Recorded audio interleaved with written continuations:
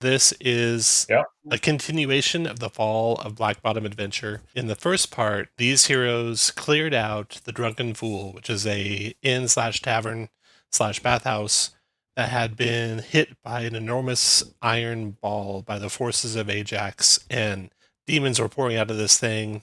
The Drunken Fool was on fire, and you managed to get out of there and get most of the civilians out. And then you found a way to get into that iron ball and found out it was a portal into the abyss. And there you were able to fight priests of Ajax who had captured and were holding a human prisoner and torturing them to summon demons into the city of Blackbottom. You were able to stop that, and as such, the influx of demons and such has dwindled in the city. But the city's still overrun, but you might have bought the civilians enough time to get out alive. You emerge from the ruined inn to a city under siege from above. You see looking up hundreds of giant hawks filling the sky. Each of them has a rider, and they're dropping heavy iron balls in the city's buildings. But over all of this, casting a shadow that turns day into a hellish burning night, is a giant floating city, the Chrysopolis, the floating headquarters of Ajax the Invincible.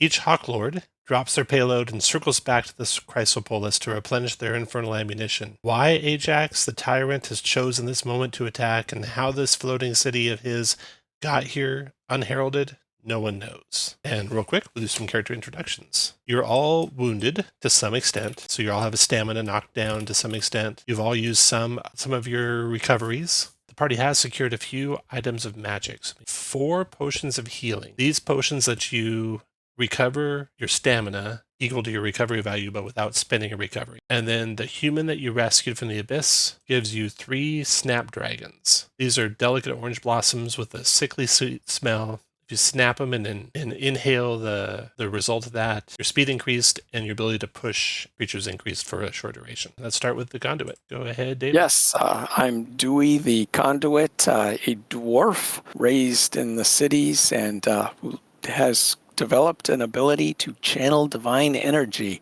of my storm god to defeat my foes and heal. Very good. Next we got, playing by now Jason instead of Chris, the Shadow. Yes, hi, I'm Thespian. That is the Thespian. Next we got the Elementalist, now played by Andrew. Sure. I'm Arsand, and my character is described as a storm in a single drop of rain who burns things with fire, which I have so many questions about.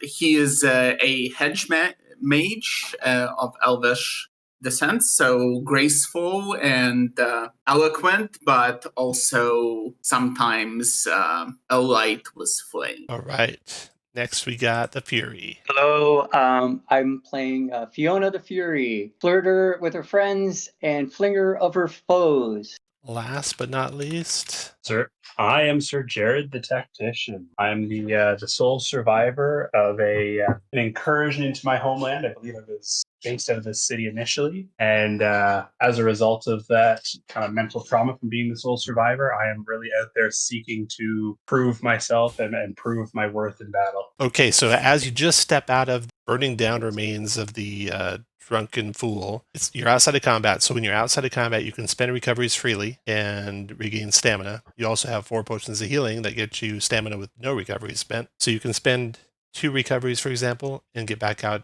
up to 16 out of 18 hit points. Or you could spend 1 and get back to 10 out of 18. Or if you're low on recoveries, I vote we give you the healing potions. Yeah, that makes sense to me. So you could consume 2 healing potions, get back up to 16 out of 18 with no recoveries spent. Okay, why don't I do that? Okay.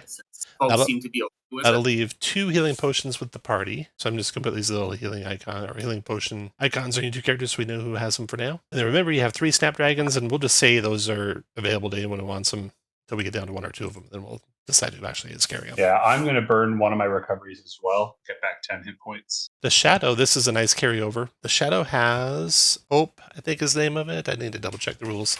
But what it does is you can freely trigger when you are hit by an attack to gain back your recovery value and stamina without using a recover. And that's what the Shadow has. So that's kind of like a thing you can gain, like heroic inspiration. Basically, you can spend a recovery, or no, You get back your recovery value without spending a recovery when you get hit. In front of you, a human woman scoops up her child and sprints down the street as a warrior, wielding a gleaming axe, cuts down a fiend that's chasing her. The terrified civilian joins the large group of other city folk that you've rescued, all clustered together, all fearing for their lives. The warrior wrenches off his helmet, studies your party. You, he calls. You're the ones who cleared out the drunken fool. He kicks the fiendish corpse as he strides toward you. His insignia identifies him as a senior officer of the chain of Acheron. I'm Nox, he says.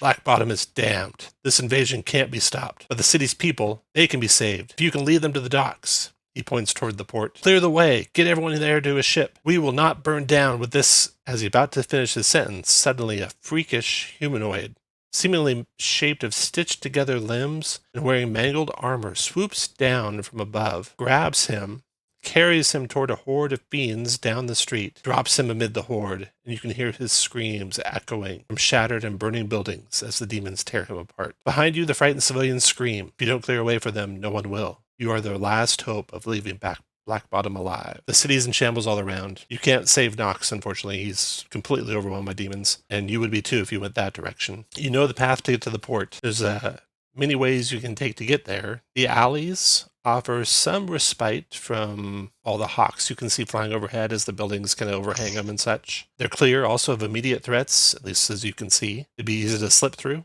also easy to defend. You could also move up to the rooftops and try to stay above all the chaos in the streets. Maybe more exposed up there, obviously. You could also descend down into the storm sewers and try and navigate that direction. It also would have its own dangers down there in the dark tunnels. What do you guys want to do? Well, I'm going to step forward and say, all right, team, let's get these people to the docks. I think it's safest to go through the alleys, but I am open to suggestions. Any Well, I tips? as a agree. dwarf, it's clearly, obviously safer in the storm sewers with a nice roof over your head, cozy walls around you, maybe some nice dripping condensation, and it sounds so cozy down there. I agree. If the threat is coming from the sky, we're safest underground. I'm going to put you guys in the middle here. It sounds like you had two choices, alleys or sewers. So if those of you want to talk about alleys, move up. Sewers, move down. You can keep talking, of course, too, as you're deciding. So Yeah, Fiona says, Dewey, you're cracked. I love you, but you're cracked. We're going to go to the... I'm moving down, huh? alleys is up, sewers is down. Well, I'm not married one way or the other as long as we get these people to safety. If you guys think the sewers are best, let's do the sewers. Do we know anything about the sewers of this place? About their dangers? Is anybody local? Does anybody know anything about what we might be? The only for? local you have is the tactician who suggested the alleys. He does know that it's likely the demon assault hasn't reached the sewers yet, though those dark tunnels have their own dangers, and he hasn't spent a lot of time down there. Well, if the tactician says the alleys, I guess I'll go with Fiona and do the alleys. That looks like it puts it 3-1. Okay. Alleys it is. The twisting, turning alleyways of BLACKBOTTOM are quieter than the main streets. They bear some of the marks of explosions and fires here and there, while others are temporary sanctuaries that haven't yet been struck. The civilians under your escort keep their heads low as they follow you, hoping to avoid detection from hawklords and fiends in the air. So you travel some distance down the alleys without running into any opposition. But your luck doesn't hold completely, and that's where our first encounter starts. So if you... just grab them. While you're setting that up, I have a quick question, maybe either for you, Tom, or if somebody else has played the Elementalist before. The Elementalist says that my specialization reduces the cost of fire abilities by 1. I'm wondering if that's included in the cost that's listed. I believe it is. I think I already did that for you. You can double check by looking in the character or look in the rules, which I think I linked, but I will do that. okay. I think I have it built in. Double check me though. Sometimes I forget. Okay.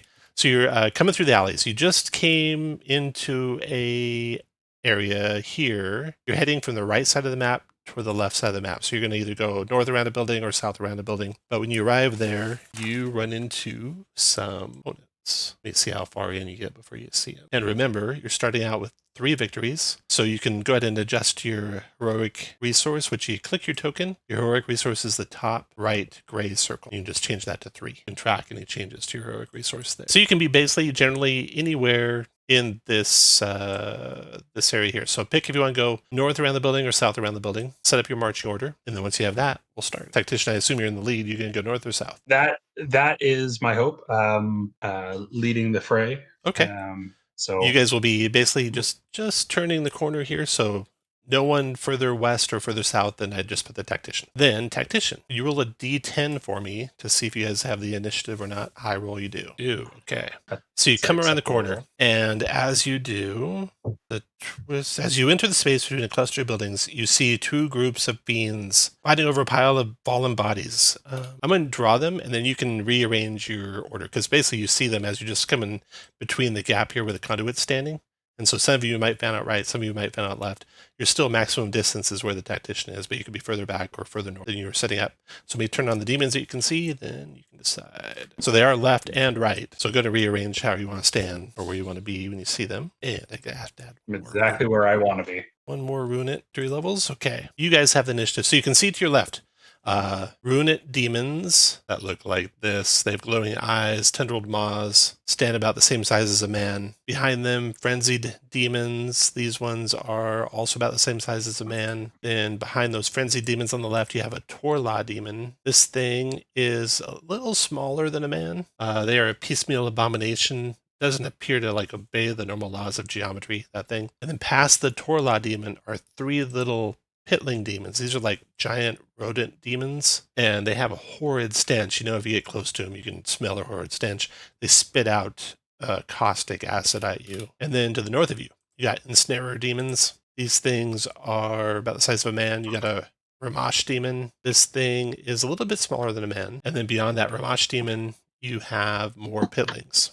So now for your initiatives, each of you, when you click your token, you'll see an IN2, an IN1, and IN0. If you want to go right away, hit IN2. If you want to go whenever, IN1. If you want to go as far back in the initiative as you can, hit IN0. You can change that at any time, and I'll just grab you basically in the order you show up in the initiative. If there's multiple 2s, you guys can speak up if there's one of you who wants to go. And then I'll add the initiative, the demons to the initiative. Okay, you guys got to go first, so I'll take Fiona first, unless anyone wants to go before Fiona. Quick question. I'm re-familiarizing myself with these abilities. For Whirlwind Strike, it's just 1 square radius around me. Yeah, it uses 3 of your heroic resource. A burst 1 already. Then I will do I think I'm just going to do a primordial shockwave. Run up to their 5 by 1 inch area. Did you roll also for your rage to see what it changed by at the start of your turn? Oh, yeah. Go and do that, because you're going to need 5 resources to do this thing. So to clarify, we start at 3. This is the first round of combat. Does that bump us up to 1? Or sorry, 1 more, so 4 for this round? Or are we still at 3 for this round? You start at 3. When your turn comes up, depending on your class, they're all different. You probably go up by 2. Okay. I think the barbarian is I gained 1 per. I just wasn't sure if it happened on the very first round of combat. Okay.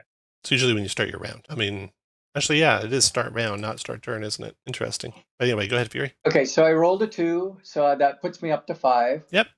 So I'm just looking at the area of effect. It says, what does 5 by 1? It's a line 5 long by 1 wide, starting 1 away from you. All right, starting 1 away from me. Mm-hmm. Well, that doesn't.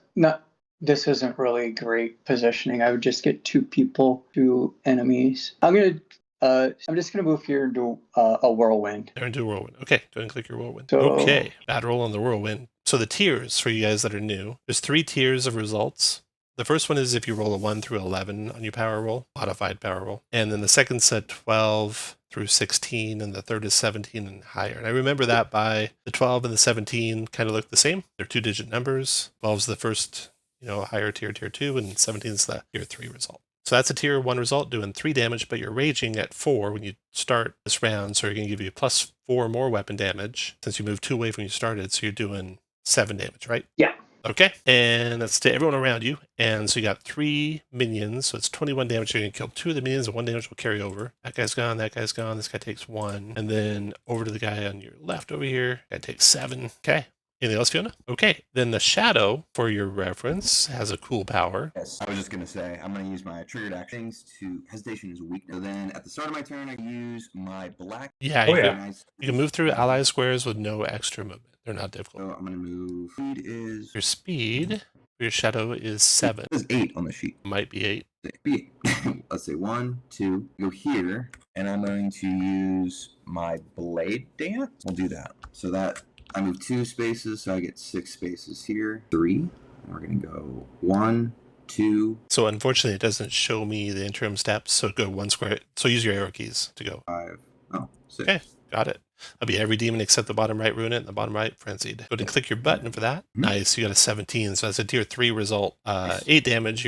As also part of this action, you get to move your speed. So you didn't need to use part of your movement move to do it. You get to move your speed during the action. Don't provoke. Make power roll against all adjacent enemies. Doing 8 damage to all of them. So the rune it that you started out with is 8. And then the frenzied drops. Frenzied drops. -8 to the Torlaw. And then hitlings all go down. Perfect. And then because I got a tier 3 result, I get an additional insight. I will stand here proudly. Oh, and there is more alley. Yeah, alley keeps on going. You don't see anything down there, though. Perfect. That's the good news. Okay. Yeah. I shout to the group, hey, the alley keeps going this way. Now, one of the enemies will go. It'll be the closest rune it will go. This thing will move to here. Attack the tactician. Bloodletting claws. Actually, it'll go. That's 5 damage to the tactician. And bleeding, which means you can't recover any stamina. Okay, I am going to parry that. So he comes in, and I try and deflect it with my my polearm, and I am half damage. I think the bleeding still occurs, though. Correct, probably. Your parry will say what it does. That's fine. Perfect. After it does that, it's going to use Salt Wounds. This is a range of 10. It takes 3 of its villain points and up to 3 creatures. So it'll do the Elementalist. Tactician will all have their wounds salted. You each get to make a might resistance roll. And so you want to click the button that has all your abilities on it. And it starts with test/RR. Make that resistance roll. And depending on what you roll, 6, 5, or 2 corruption. I think one of you resists corruption. So keep that in mind. Yeah. I do. That took 3 victory points, so they are down to that. Creature's done, and looks like Arson's ready. Go ahead, Arson. Okay. Sorry. What did I need to roll to resist the thing? I assume I resisted. Yes. Okay. So you click your token. You're looking for the button that says test/RR. Yeah, no, I rolled it. I rolled did, okay. 12, but it's plus character plus skill. Right. So the resistance roll is a might. Okay. So you're going to take your 12 plus your might score. So you got an 11 because you're not very mighty. So that's a tier 1 result. So tier 1 result gives you 6 corruption damage. Then at the start of your turn, Arsond, your character is going to gain some essence. He gets 2 essence at the start of every round. You started with 3, so you're at 5 essence to start your turn. Question. Yeah. For the areas of effects, when it says 3 cube, does that mean a 3 by 3 cube, or does that mean 3 squares? 3 by 3 by 3. Okay. With one of the squares within 12 of you, for example, if you're doing frozen explosion. Okay. And if I'm pushing a guy, say I want to push this guy, can I push him sideways? As long as every square is further from you. Well, no, actually pushes are always in a straight line. So it'd just be directly away from you. So you want to line it up if you're going to push him. And there's a building right behind him. So if you push him into that building, he'll take more damage by hitting the building too. Oh, no, I just wanted things to, I wanted more things in the AoE. Got it. So which guys are more dangerous? So there are some miniony looking ones, and that's the ensnarers to the north and the pitlings to the north. The Ramash is a full-fledged demon. To the south, you have 3 full-fledged demons and 1 or 1 minion. Okay, so it sounds like the south is strong. Pretty strong. I'm gonna throw Conflagration right down here. Okay, that's a cube 4, so you can draw a 4x4 cube. It's a cube 5. I think it's a 4 cube within 5.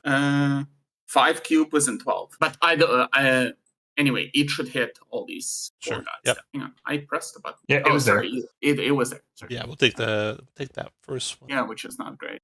Do I need to do a test in addition to this? Where are you seeing the 5 cube within 12? I see a 4 cube within 5. On my sheet, on my paper character sheet. In the book, it's a 4 cube within 5. Okay. Do you have the more? Either way, you can still do it. So going to draw a 4x4 cube down there to get all of those guys in it. And your damage is going to be the tier 1 result. So you're going to do 5 fire damage to all of them. It's persistent 2, which means that you can keep it roaring. And it's weird. Entering it doesn't do damage, but at the start of your turn, you basically reinflict the damage if anyone's in it at the start of your turn. And it's kind of like concentration. You just have to, at the start of your turn every round, spend that 2 heroic resource to keep it going. Okay, so every one of these guys is going to take 5 fire damage. And I'm just going to move as a maneuver out of the way. All right, then they go next. So now the Torla is going to go. This is the one that doesn't appear to follow general. It's going to use Storm, which is a 3 cube within 10. So it's going to do a cube around. I'll draw that conflagration. I assume it'll be there, and then it's going to do its weird jump. So the pregen is different than the book. Yeah, I pulled it up. The pregen does show that 512. Soulburn, Chronostorm. So the 2 of you in it, the tactician and the conduit, it's going to slide you guys. It looks like 1, but I think you both have stability of 1 or greater. Both do have stability 1 or greater, so it won't slide you at all. The area there turns into a morass of spongy flesh. Till the start of that thing's next turn, it's going to be difficult terrain, and all creatures will take 1 damage for every square they move through it, forced or otherwise. So that area is spongy flesh that you'll take damage moving through. And then it couldn't move you at all, so now it's going to do Grasping Tendons, which is a maneuver, range of 10, up to 3 creatures, pull 2. So it's going to try and do the Shadow, Tactician, and the Conduit. And so, it just does it. The Tactician's got stability 2, though it ignores it. The Dwarf has stability 3, it ignores it. The Shadow has no stability, so it pulls the Shadow into the conflagration, forcing the Elementalist to decide to keep it or not keep it, or not burn his friend. That's the tour list is done. Looks like next go is Sir Gerard. You know what? I will hop in, focus of 5, and I am going to boldly run in conflagration adjacent to them. Like if I go down, down, down, do they get attacks on me? I'll attack the Torla, and it is where is it? I'm going to spend all 5 of my focus. So it is going to smash it with my pole arm, and then I am going to give 4, 5, 6, 7. I'm actually going to give the Fury a signature attack. Nicely done. So you kill the Torla, so it doesn't have to be against the Torla anymore, Fury. So you can pick a different target than the Torla and take a signature attack as a free triggered. Okay. Can I think I'm just going to do, is a whirlwind considered a signature attack? It is not. Devastating Rush is, Brutal Slam is. Okay. I'll do a brutal slam, and that's going to be against the big guy over here. Okay. So you are sitting at 3, is that correct on your rage? Is that the right number? No, I'm up to 5 because I rolled. Oh, no, you're right. Rage is separate than victories. Yeah. I'm at 2 rage. Okay, make sure you keep that gray circle updated for that. So that'll do an extra 2 damage. So you're doing 10 damage and pushing him 2. So it takes 10 first, then you push him into the building, and it takes 2 more from that. Boom, nice. And that was the Tactician's turn. Tactician, you can have a hope token. So if you get hit, you can spend or gain recovery without spending on that. Perfect. Smart move to Very heroic. get someone else into the fight. Okay, I thought it. I forgot to do the Frenzied's attack when the Ruinate went on his turn. So I think he would have been prevented from doing anyone because I don't think he has any reach. Okay, so I'm just going to skip his turn there. So then we're going to come back and do this other Ruinate. It's there in the fight, right by the Tactician. He will do his Blood-Letting Claws. Actually, he will move to there. Do Blood-Letting Claws on the Tactician and the Shadow. 2 creatures objects doing 2 damage to both of you. Tactician 2, Shadow 2, and then he can see the Conduit. And then Dewey, your turn. Okay, Dewey is going to fire Thunder of the Divine on that 4x4 square that's so conveniently marked down. Okay. And that is an 18. Oh, nice. 8 Sonic, killing the Frenzied and killing the Ruinate. 8 Sonic to the other Ruinate and pushing him 5 if you want. Unfortunately, that'd push him straight into the Shadow. You can push I don't want to do that. Willing ally in the area ignoring stability. Shadow probably doesn't want to get pushed either into the wall. So after, and then I go ahead. think that's it for me. That's it. Okay. Then we'll have the Ensnarers go. Those 2 guys to the north move apart. One will attack the Fury, one will attack the Elementalist. If you can reach him, I think you can. Okay, that's going to be 4 damage to both of you and pull you 2. So Fury's not going to pull you, but he's going to pull the Elementalist into this warped flesh. 2 squares of it, so you're going to take 2 damage from that Elementalist. Has the warped flesh persisted even though we killed the Torla? It has. It's going to last until the end of the Torla's next turn, wherever that was.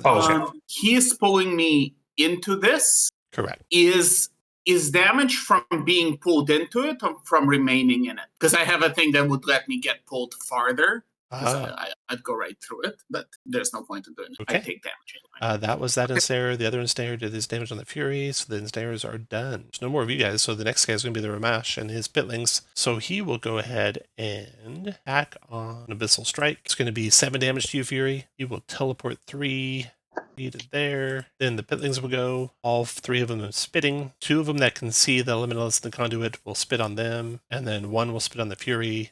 Elementalists and Conduit, you guys are going to have cover, so you're going to have a edge on this guy. So this is going to be tier 2 result for everyone. 2 poison damage to the Fury, 2 poison damage to the Elementalist, and 2 poison damage to the Conduit. Some of you might resist poison, so double check that. Fire for the Elementalist, fire and cold for the Elementalist, So, okay. So 2 to the 3 of you. That's it for that round. Victory points go, or the villain points go up to 7 now. Start of the next round. Update your initiatives if you want them to be different in any way. Everyone wants to go right away. Okay. Unless there's an objection. I'll bump down. I think they do have opportunity attacks in this game, correct? Yeah, if you leave reach, they would take an opportunity attack. All right, I'm gonna leave reach of this guy. Okay, 2 damage for that. 2, okay, and then so I traveled to. I really want to use this shockwave. Oh, nice. First I'm gonna roll my rage. Yeah, see how much rage you get. Oh, only 1. So now I'm up to 3, and now I'm gonna shockwave these 2 to my right. I think that takes 5 rage. It takes 5 rage. Oh, Yeah. okay. So I'm only up to 4.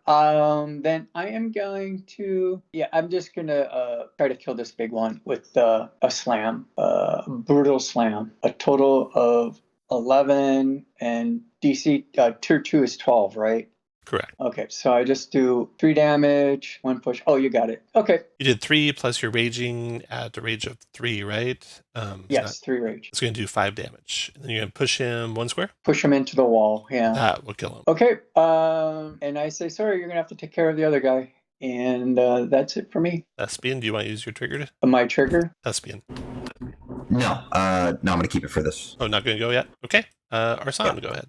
Guys, could I actually hop in? I can mark them to give everybody edge and extra damage. Okay. Well, actually, no. It was Fiona, so I got to wait. The demon's going to go now. Right. Let's see, we got the Ruinate fighting against Sir Gerard, so it will attack Sir Gerard. Elementalist, he is going to go ahead and soul burn. This is free at the start of his turn. You guys can hear the souls wailing as the demons are burning their power to invigorate themselves. Now they're all going to do more damage to you this turn. That took 3 villain points, so he's down to 4. And then he's going to go with Bloodletting Claws on the Tactician, doing only 2 damage to you, Tactician. And then he's going to burn up 3 of the villain points to do Salt Wounds on the Elementalist, the Tactician, and the Shadow. You all have a resistance roll, might resistance roll to make. And he burned up 3 more. I got a tier 2, and I resist. Nice, so none for you. Shadow and Elementalist both need to make a might resistance roll. Oh, bro. Oh, boy. Ooh, nice roll, Hey, Arsan. I made it. That's a tier 2 result for you, so you're going to take, 5 corruption. Yeah, it's not good. Wait, was it? You need to make Is rolling high not supposed to be good? Yeah, you need to make a 17 to get down to 2 damage. Yeah, So when the monsters start spending their villain points, usually those are bad powers to have to suffer Down to from. 1 hit point. Take how much damage? You got the tier 1 result, you're going to take 6 damage. Will this count for my triggered action in all this confusion? I teleport 4 squares, have triggering damage, don't suffer any other effects? You take damage, correct? Cool. I'm going to use that. Okay, go for it. And I'm going to... Can I teleport up 2, 3, 4 up to the roof? Yeah, the buildings up there are about 6, they're 6 squares high to the roofs, so you can teleport your speed, I believe, so you should be able to get up there. Oh, no, you only teleport 4. So to get up 6 squares, you'd have to use 2 insight. You have, if you want. Let's do... I do have 2 insight. Yeah, I'm going to do that. Okay, yeah, put yourself on a roof. Insight, and then take half damage, so Half 3. damage. That Ruinate is done. Sir Gerard. Okay. We do heal I the take elementalist, or should I jump in and heal the elementalist? If you would like, I could cause him to use a. Then carry on. So I will use my maneuver and yell out to you guys, kill the ensnarer. And he is now marked. So you have edge against him and do an additional 2 damage when you hit him. And I will spend, because I got 2 focus at the start of my turn. Oh, maybe I can't heal him. I thought I had 3 focus and I only have 2. So I cannot. So let's have you take your turn to heal. No, that's to your turn. I don't want to keep going backwards and forwards. So that's your turn. You're good. Okay. And then then I will take a action then, because Okay. I've only taken my maneuver, and that won't work. And that I will. I've not used this yet. So does I will your use it. does your character sheet say that you only get one focus at the start of your turn? I get two Okay. focus per turn. That's what my notes say. Good. Yeah, 2 focus per turn, and I had 0. So, and you know what? I will use an additional one to mark a second one. So I will burn one of my 2 focus, bringing me down to 1. And then I will seize the opening. Is that a reaction? No, it's not a reaction. Perfect. I will yell to the Fury, finish off that ensnare, and you get to make a signature attack as a free triggered action against the ensnare in front of you, and do an additional 2 damage. Okay, who wants to go first? That's you. Well, the Fury gets to make an attack as part of my turn. You can make a okay. free trigger attack, Fury. All right, I will do another brutal slam. Okay. That gets it to tier 2. So it's 8 damage. I'm still at 3 rage, but I didn't move. So is that 10 damage? Yeah, because I gave you 2 more. Correct. Oh, and he's marked, so you also get an additional 2 from my mark. So you did 12 damage. 12 damage. Okay. Nice. Thank you. Well played, tactician. But yeah, Barry. Yeah, and I'm not going to move. I'm just going to keep this demon tied up. So Okay. I'll stay where I am. If you move, I will be able to hit it with conflagration because conflagration hits everything in that square. Okay, I will move, and it will get an opportunity attack, but that's okay. So I will. You don't have quickly... to. I don't have to do that. So it's No. Finish it off. All right. It does 2 damage. Does 2 damage to you with a 3 strike. I mean, not perfect, but After Sir Gerard, we have their initiative. Shoot, need to figure a better way to track minion initiative. His turn. Snare's got their initiative. The Ruinous got its initiative. Okay, so I have next to go will be the Snare. He will rush down here to attack. He's got to reach a 3 and he gets multiple targets. So he's going to go ahead and do. Oh no, only 1 target. So he's going to get the guy in front of him there. This barbed tongue, and that's going to do 4 damage to you, Fiona. He is done. Barsan, it's your turn. I'm sorry. I'm not going to do the conflagration thing, even if I took damage for it, because I'm going to go up here. Because movement is separate, right? It's movement, maneuver, and action. Yeah, you get actually 3 things. Move, maneuver, action. You can trade your action for another maneuver or move. As a maneuver, I'm going to use, I think it's persistent magic to move a guy. Yeah, it is. No, a practical magic guy. I can use the knockback maneuver, right, but with a reason test. So I'm going to try to move this guy. Okay. So let's do a knockback maneuver check. You're going to do just click your reason, your ability score button. It'll do a reason test for you. Sorry, where is that? That is the one that is test/RR. All right. That's a 17, making a tier 3 result. If we look on the chart right above, tier 3 push is 3. I bet you got more. What else you got? I've got a triggered action where if I push something, I can push it 2 more squares. It would be push 5. Yep, you can do that. Yeah. So, yeah. I mean, does it matter? Because he's going to hit one of his friends. Does it matter how hard he hits his friend? It does. It does matter how hard he hits his friend, yeah. So I want to hit him. As hard as you can, yep. Yeah. Okay, so you're pushing him 5. You can do even more if you spend essence. Do you want to do even more? No. Okay. That's good. All right. This is under my miscellaneous rules. Okay, so falling force move. 1 damage per square remaining to all creatures. So you pushed him 5. So 1, 2. And he's got 3 squares left when he hits this guy. So he's going to take. Oh, first, what damage did you do to him? None, right? Okay, so you do. There's 3 squares left. So he's going to take 3, and then the other guy's going to take 3 as well. So hang on. How many damage per additional square would he take? 1 per each additional square. Correct. So I can spend 1 essence to add 4 squares. Yeah, it'll be actually only 2 more. It's 4 instead of. So yeah, I will do that. Okay, so 2 more damage to him. You spend 1 essence, and then I'll kill this guy and splatter onto this guy, and you'll take 1. And is there? Sorry, because he's marked, do I get 2 more damage? I don't think you do, because I don't think you attacked him. But let's see what the mark says. Mark. Here we go. Effect: target marked by you till start your next turn. You or allies gain an edge on a power roll and deal extra reason damage. I think it's just on. I mean, I did have a power roll. You did do a power roll. I don't think it is. But okay, look that up for us if you could, Tyson. Yeah, I'll take. So we'll know next time. Yeah. Okay. It says specifically when attacking a marked target. When attacking. Okay, I just need to clarify my notes there. Okay. Yeah. And as my action, I'm going to use my signature Frozen Explosion, which is a 3x3 square. On these Nice. 3 guys.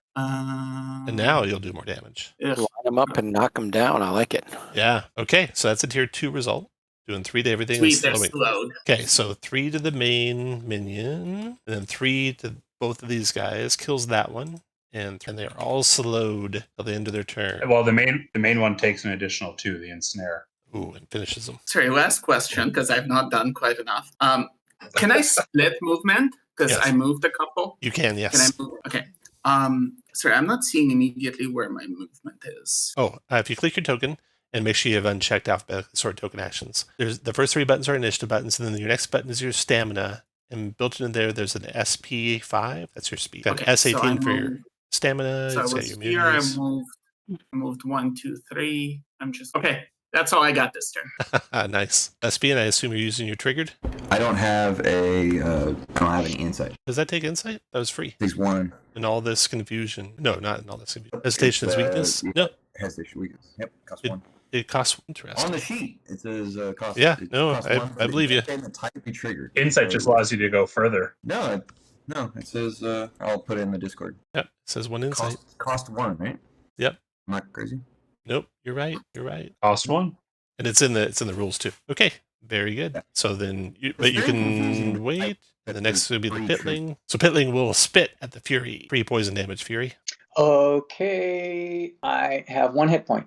Nice. How convenient. Perfect. Now Thespian's turn. Old fashioned way. Okay, perfect. So after I teleported out onto the roof, I had my back turned and said, surely Sir Gerard was going to finish off that rune. And I turn around and it's still there. So I'm going to take out my kit and I'm just going to shoot it and say, why do I have to do everything myself? Hang on, let me add my and then where's the kit? Ooh, nice hit. The tier 2? Perfect. Nice. And I'm going to move over here. 1, 2, 3, 4, 5. I can jump down. Is that 6 free? squares down. So you're probably going to want to teleport to get a rope or something. You can certainly jump down.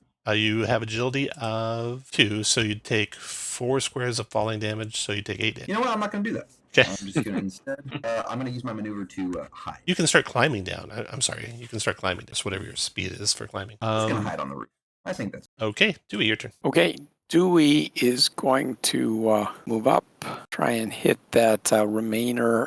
Well, first of all, I'm going to put 3 Piety in Healing Grace, giving the Fury, Fiona, and our Elementalists 2 recoveries each. Thank you. Then I'm going to drop a Divine Spark on that remaining Lightning Spark. There it is. On the Finished, remaining. he is jolted guy. into oblivion, and the demons lie dead all around. You guys are out of combat. You can spend any recoveries that you want to spend. I'm going to teleport down because climbing is for. I'm going to hand the one of my. You're going to need this a lot more than I will. I used it. I got a couple recoveries, but thank you. I will. I hand it to you. You don't have to drink it. It's just you look like you need this.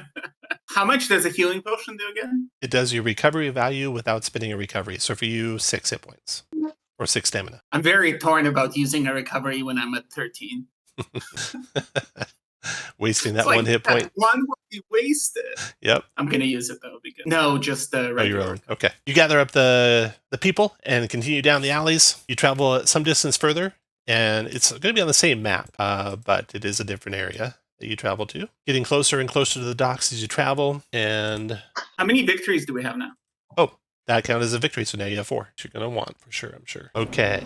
Now your start location will be. Nice. Question: Do you keep any resources you generated in combat outside of combat, or is it just your victories is equal to Most drop back down to 0, or their victories basically.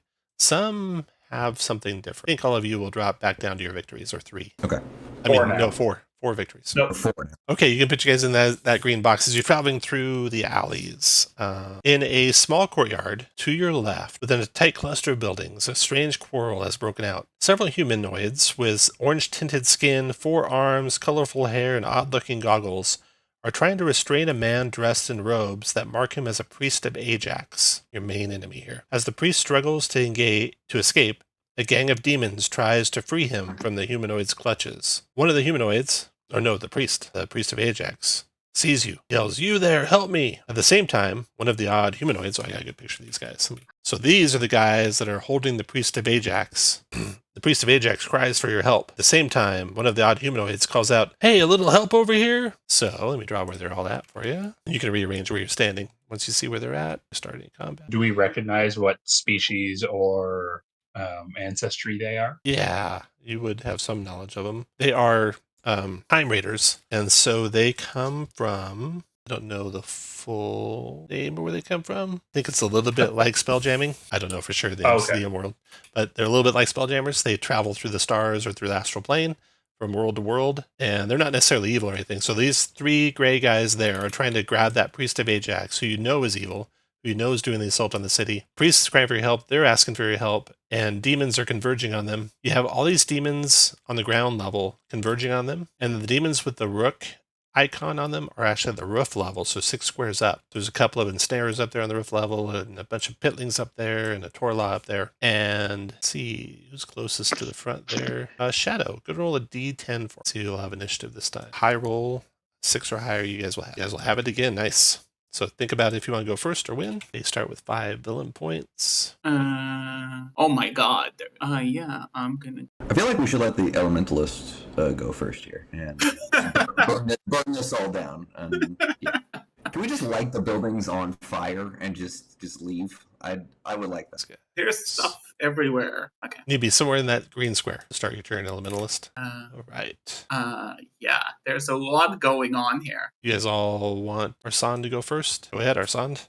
Yeah. So, do you want to do it as a 5x5 or a 4x4? We'll do it by the 5x5. So we don't want to hurt the Time Raiders, right? You would guess not. I don't think I can actually do a good 5x5 here.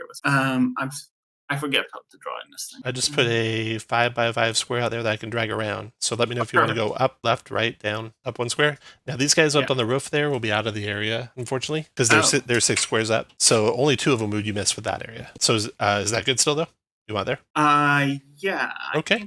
Go and do your roll. Yeah, there's really actually before I do that, I can see the guys in the roof, right? Yeah, you can. As a maneuver, can I try to knock one of them down into what will eventually be good times? Yeah. Okay. So for that, you would do a test roll. Just say that you're using whatever it is, persistent magic. No, not persistent. The other one. Magic. Practical magic, yeah. Then hit the test. You only have to push him 1. That's pretty much guaranteed. So he's going to end up getting pushed off the roof and he's going to land. He's probably going to die on the way down because it's 6 squares down. So you push that guy off the roof. He's going to go down 6 squares. His agility score is a 0. So he's going to take 12 damage from the fall and that kills him. Excellent. So his corpse will be dead and burned. And he's going to land on top of this Ruinant. Falling 6 squares is 12 damage, so he'll do 12 damage to the Ruinant as he lands on top of it. Maybe I should just keep doing that. Yeah.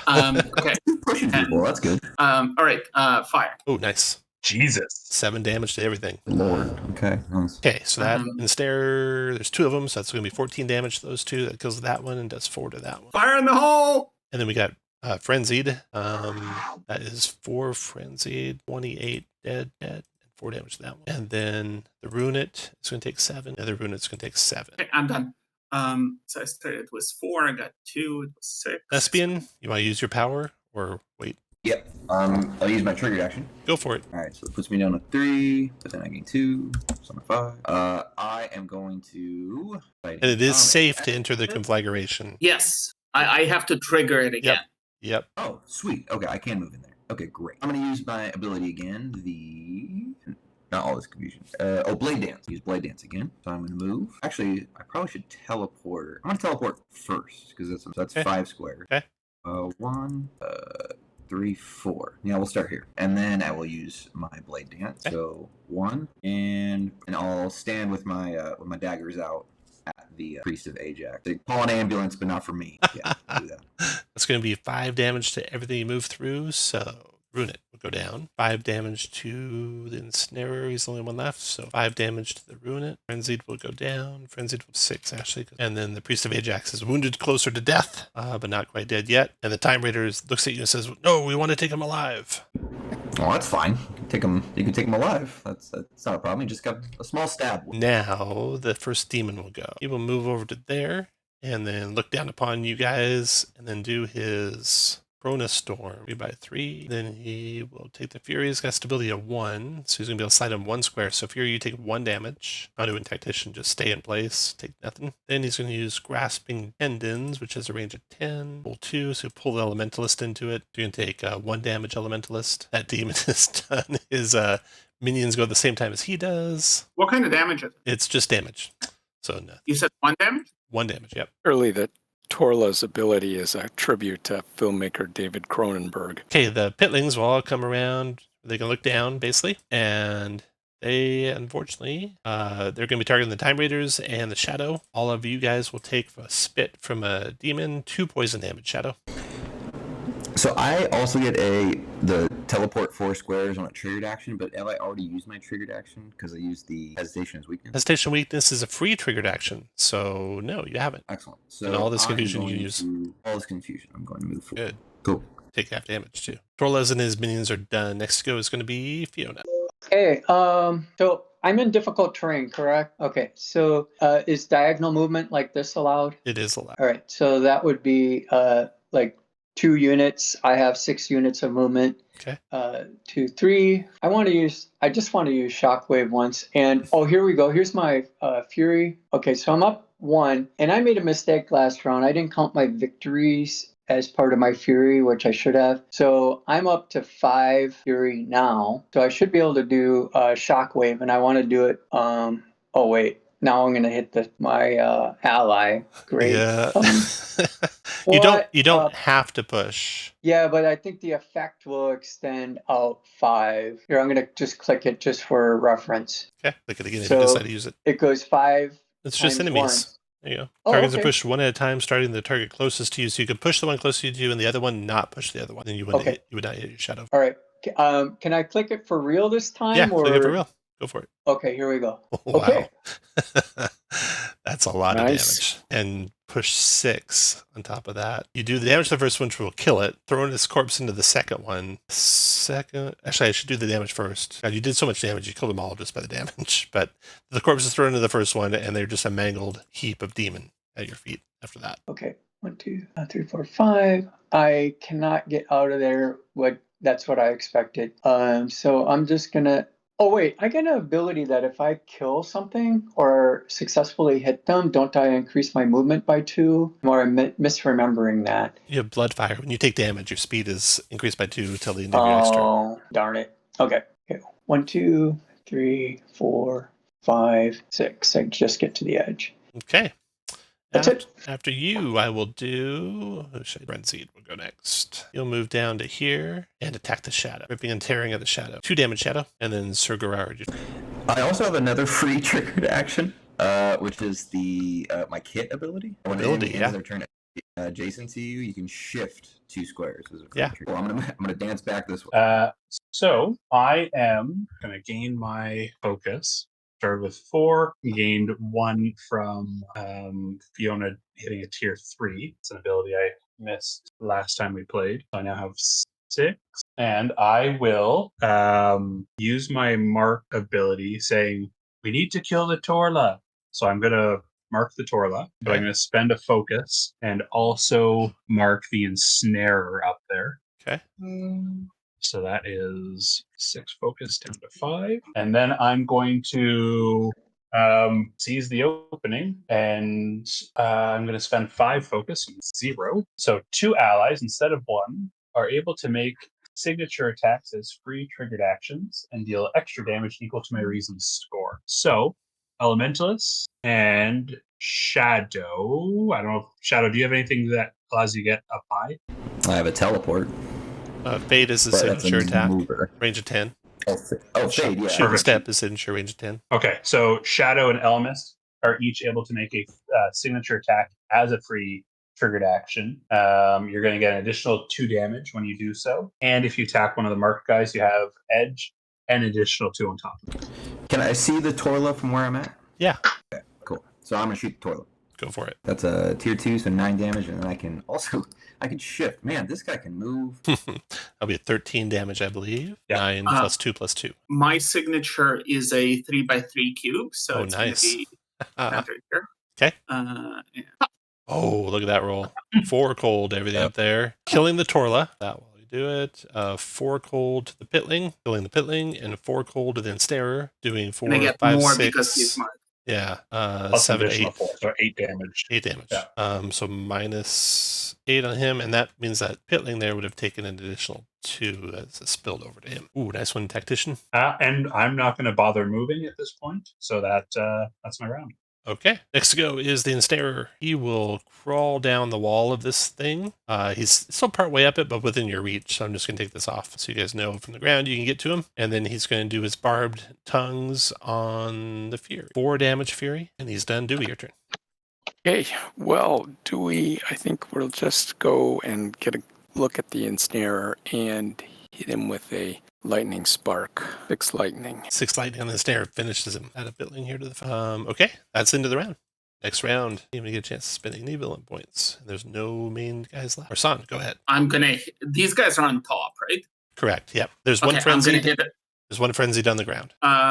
Okay, first of all, I'm gonna hit these 3 guys up here with Conflagration because I have enough and I can. So that's not. That finishes them though. 5 damage is enough to finish off the Pitlings. And then as a maneuver, I'm gonna push this guy into a wall. Oh, nice. Which I'm at. And Nice. So push 2, doing 2 damage to him, which is enough to finish him. That battle turned out a lot better for you guys, hit point wise or stamina wise, than the last one did. Nice job, everybody. yeah, All right. that was- When the fiends are defeated, the Time Raiders are grateful. A floating silvery disc suddenly descends to the alley. The priest shouting insults as he's dragged toward it. One of the humanoids with wild purple hair looks back at you. Then she approaches you quickly, holding out an amulet. So she hands the amulet to the shadow, and she says, "The star sling's full, but if you want out of here, head to the docks, to the harbor statue. When you see the silver disc there, step on it, hold up the amulet, and repeat these words, Patu Barada Nikto." She gives a wide grin and darts back toward the vehicle. "See you starside," she says. Now the star sling then shoots up into the air at the time, and the raiders take the priest with them. What purpose? Who knows? Another movie shout out. Yeah. What movie is that one? Army of the Dead. Army of the Dead. Nice. Forbidden Planet. I do. Did anybody else remember what she said? All I heard was tattoo No. ciabatta. The Day the Earth Stood Still. That's it. That was the original spot. She said Klaatu Barada Nikto. No, I know. I'm just. Oh, just check. I'm just being testing. Yeah. Okay. You can continue in the alley some distance, but then you get to a point where there's no more alleys for a short distance. It's blocked off, but there's a ladder that leads up to the top of a nearby building where you could take the rooftops to proceed, or nearby the street's been cracked open to reveal a tunnel of the storm sewer system below. Which way do you want to go? All right, Rooftops? Dwarf, I think this is your time to shine. Oh, all right. Down in the sewers? Okay. Sewers it is. Storm sewers. I protest. The damp, dark tunnels of the storm sewer system beneath the city muffle the sounds of destruction from above, though the screams of the dying still echo faintly like lingering ghosts. Your movement and the shuffling footsteps of the civilians following you adds to the eerie chorus of noise. You can spend any recoveries if you want, because none of you necessarily need. I am going to drink that potion, if no one minds, and give myself, 9, so I'll be up to 23. Also, are we at 5 victories now? You are now at 5, yeah. Yeah, you get stronger and stronger as the day goes on. So you come down in the sewers here. You're traveling basically south to north on this map toward the docks. You come to an intersection. You can see the right's blocked off by rubble, so you're going to need to go left. As you come around the corner to go left, you will intersect something. So go ahead and set up your guys as you would be going to the left up there. How deep is the water? It's not terribly deep. It's difficult terrain to walk through Okay. it and to get out of it as well. So, but you can freely leap across it. I don't think I want to get my boots dirty. Seems unpleasant. Have you seen this Mhm. coat? And then I show my coat, and it's covered in like fiend ichor. Yeah, you're not going to get any dirtier. All right. This will be interesting. You have your first boss fight. Oh, Yeah, see what a boss cool. monster does. Oh Okay. no, he's middle management. Watch out. A sharp, sudden laugh cuts through it all. I knew we'd get good pickings down here. A goblin emerges from the dark, gesturing to bring a pack of goblins forward to block your path, including 2 mounted on wargs. "Get 'em!" the leader snarls. The leader is this one that says Monarch back here. A huge, bloated goblin. And you have a couple goblins riding each on a warg. One there and one there. And then some goblin minions besides those, everyone go ahead and, well, first of all, let's do initiative roll. Looks like Fury. Fiona, go ahead and roll a d10. You want to roll high to go first. Okie doke. No pressure. You got it. Nice. And you guys see We they are start on a with roll. 5 victory points. And decide when you want to go. Let me do their initiatives. Mind Cleavers, Runners, Monarch, Stinker. The Stinkers and the Warriors will go together. And the Monarch will go with the, okay. Looks like first in the list is going to be Arsand. Go ahead, Arsand. Second verse, same as the first, Fireball. Conflagration is going to be 5 by 5. Starting, this is going to be the bottom. Got it. That's the bottom right corner, this guy. Got it. Go up and out. Ooh, good middle damage there. 7 fire to everyone. So 7 times 3 is going to be 21, killing 2 of those guys, leaving 1 remaining. 1 damage. 7 on that guy will leave him with 1 hit point. And the Monarch is going to take 7, and the Stinker and the Warrior. What else I got? What's the range on my push here? Knockback. It doesn't say what the range of mine The is. practical magic one. Yeah. It's based on the maneuver. Which I guess is adjacent. Yeah, but there's something that makes it so you can do it at range. I don't have it written down. There's a not on the sheet. Oh, the triggered action. Anyway, this is fine. I am just going to probably go around the Oh, yeah. Distance equal to your roll element ability. So 12. Oh, okay. So, in that case, I'm going to go ahead and push. Let's push this Stinker. Okay. It's going to be 7 plus 2, 9. Okay, so 1 square. Push him off his warg into the muck there. Eat mud. And I'm going to go over here. Can you go next, Thespian? Yep. Okay, go for it. All right. Well, I'm gonna teleport. The 1, 2. Start there. Black Ash teleport, and then I will do my blade dancing. Great. Not a great roll. So 1. At the end of your turn, the Monarch is going to do a special hero ability. What are you waiting for? Move speed or make a free melee attack. So the Stinker stabs at you the Warg stabs at you for 5 damage. No, I'm sorry, 2. 2 damage as well. Before that happens, I'm you going can to teleport? choose the. Yep, I'm gonna teleport. Go ahead. Spend insight. Do in all this confusion. But I can teleport about to 4 squares. 1, 2, 2. So I'm gonna spend 2 insight to get out of there. Okay. Instead of trying to bite you, the Warg will stay there by his leader, but the Spine Crusher will come rushing toward you at speed of 5. There. The Runner will come at you at speed of 6. 6 to there. And let's see, it's a burst 10, so the other guys can go. The other Warg and Stinker will move. And that should be it. Okay, that was her reaction at the end of your, or free thing at the end of your turn. Your turn's done. Now it's their turn. She's going to do Tiny Stabs. Enemies take 1 damage for each goblin adjacent to them. So Shadow, you'll take 1, 2, 3 damage as they stab at you. That took 5 villain points, so down to 0. Then she'll do speed of 6. 4 to there. 4 to there. And then hand axe, range of 5 on the Shadow. 2 creatures or objects. Hand axe on the Shadow and the Tactician. You guys will both have coverage, so this will both have 1 bane attack to both of you. Hand axe.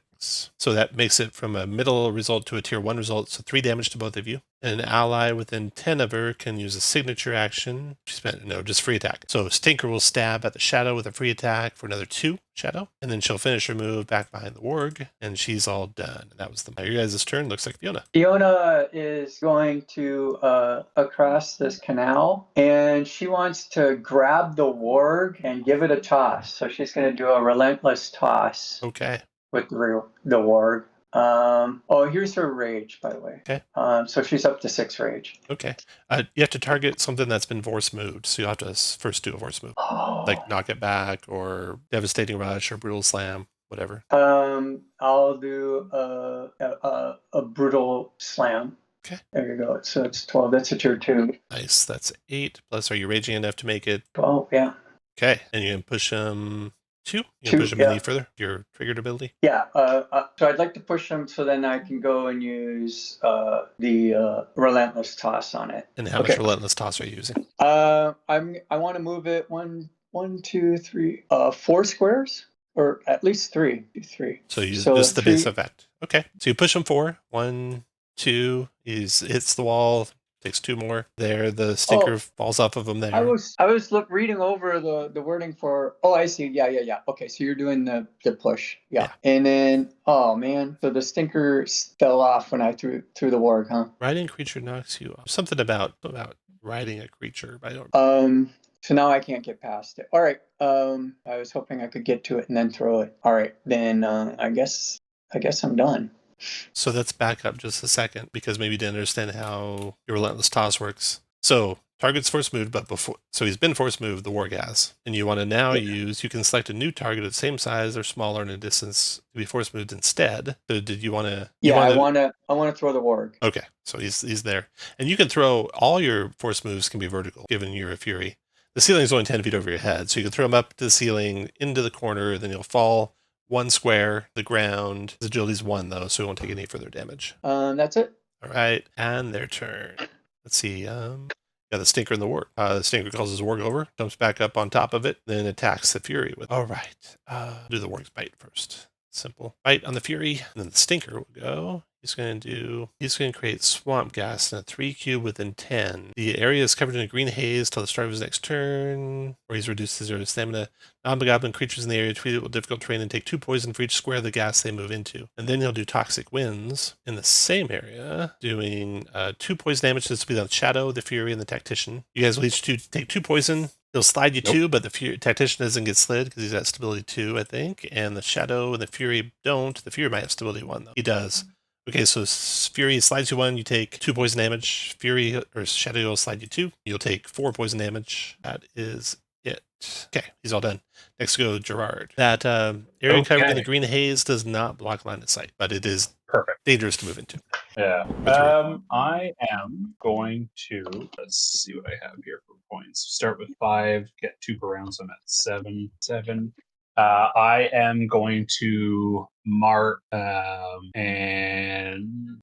I don't know, one of the goblins. Doesn't matter. We'll go with that one. So they're both marked. I'm going to step and kind of jump into the fray a little bit.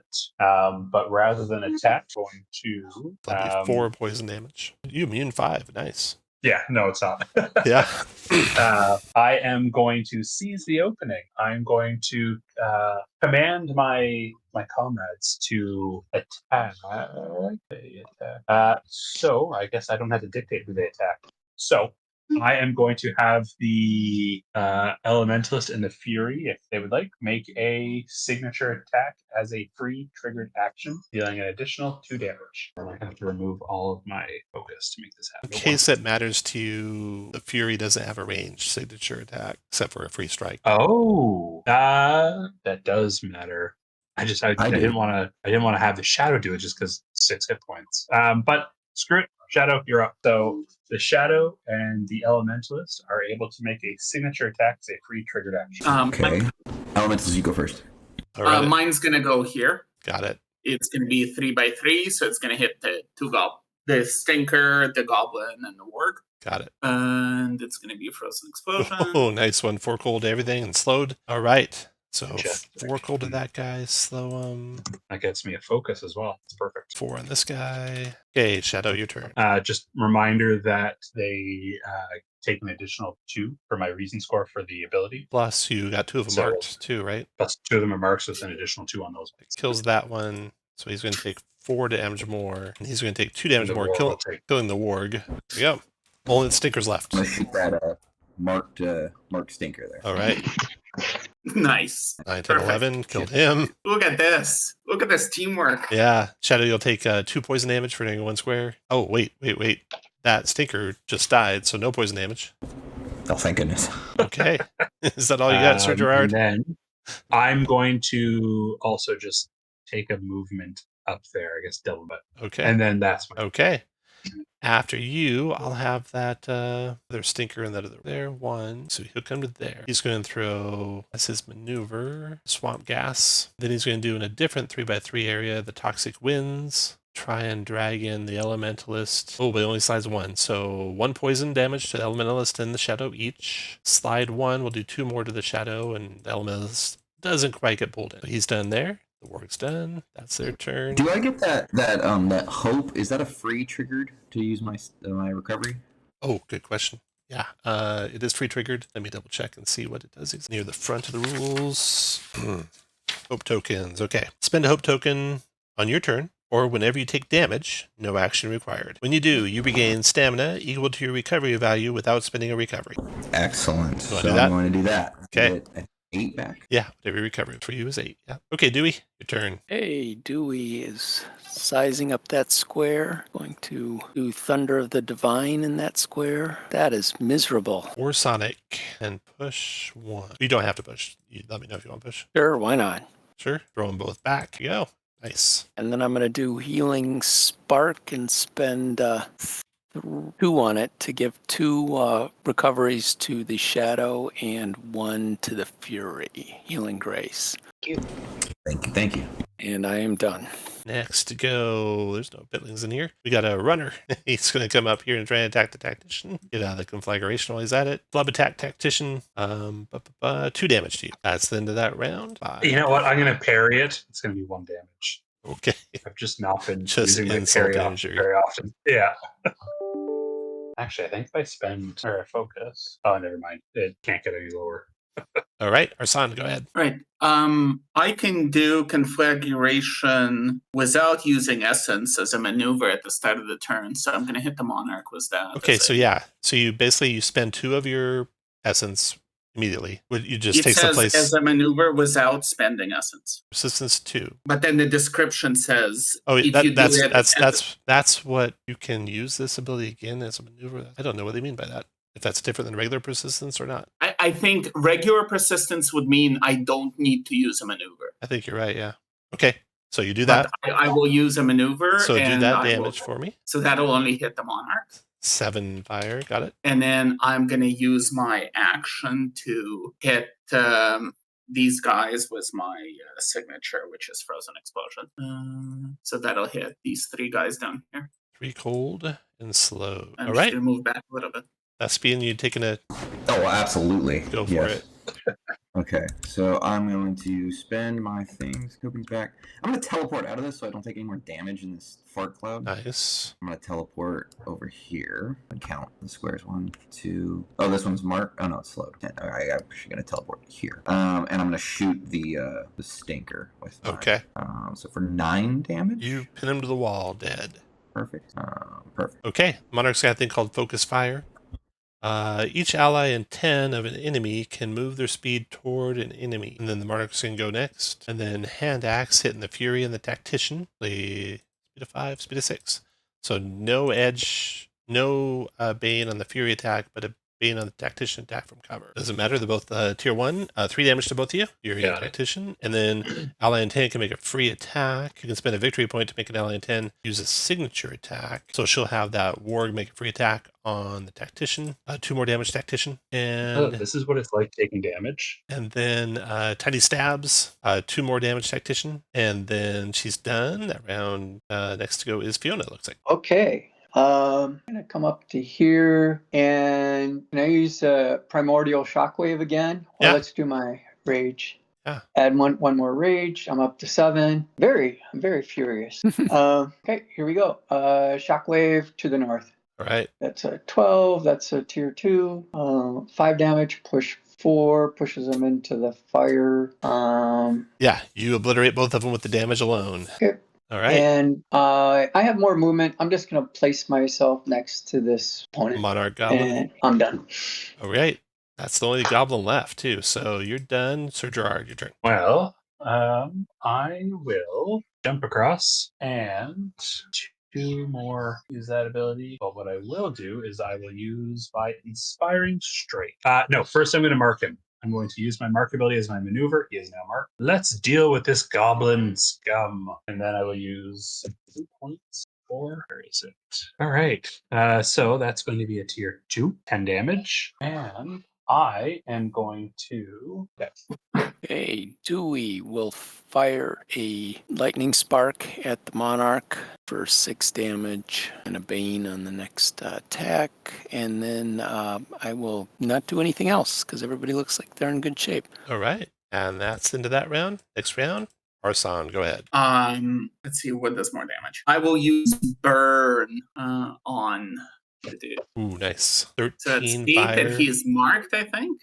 Yep, He 13, is 14, marked. 15 fire. Well done. That kills the last of the goblins. You find, or you hear kind of a skittering sound. It's coming from around the corner. But before you go to see that, we'll take a break. It's 50. Let's see notes. Okay, so after you wrap up that combat, you hear a skittering noise, and you see approaching what looks like a young urchin human. But then you see his nose is kind of elongated, and he's got whiskery protrusions coming out of his nose. Looks like maybe a denizen down here known as a Raiden White, which are kind of like were-rats, kind of stealthy, nefarious, stealing stuff all the time. But this one has his hands clutched together as having a pleading gesture. And he says, you killed these goblins. Can you help me kill more for my friends? And you all can take any recoveries you want to spend if you need to. And if you'll think follow they're him, he'll lead full. you ahead to where his friends are. So you basically head down the tunnel. Go ahead.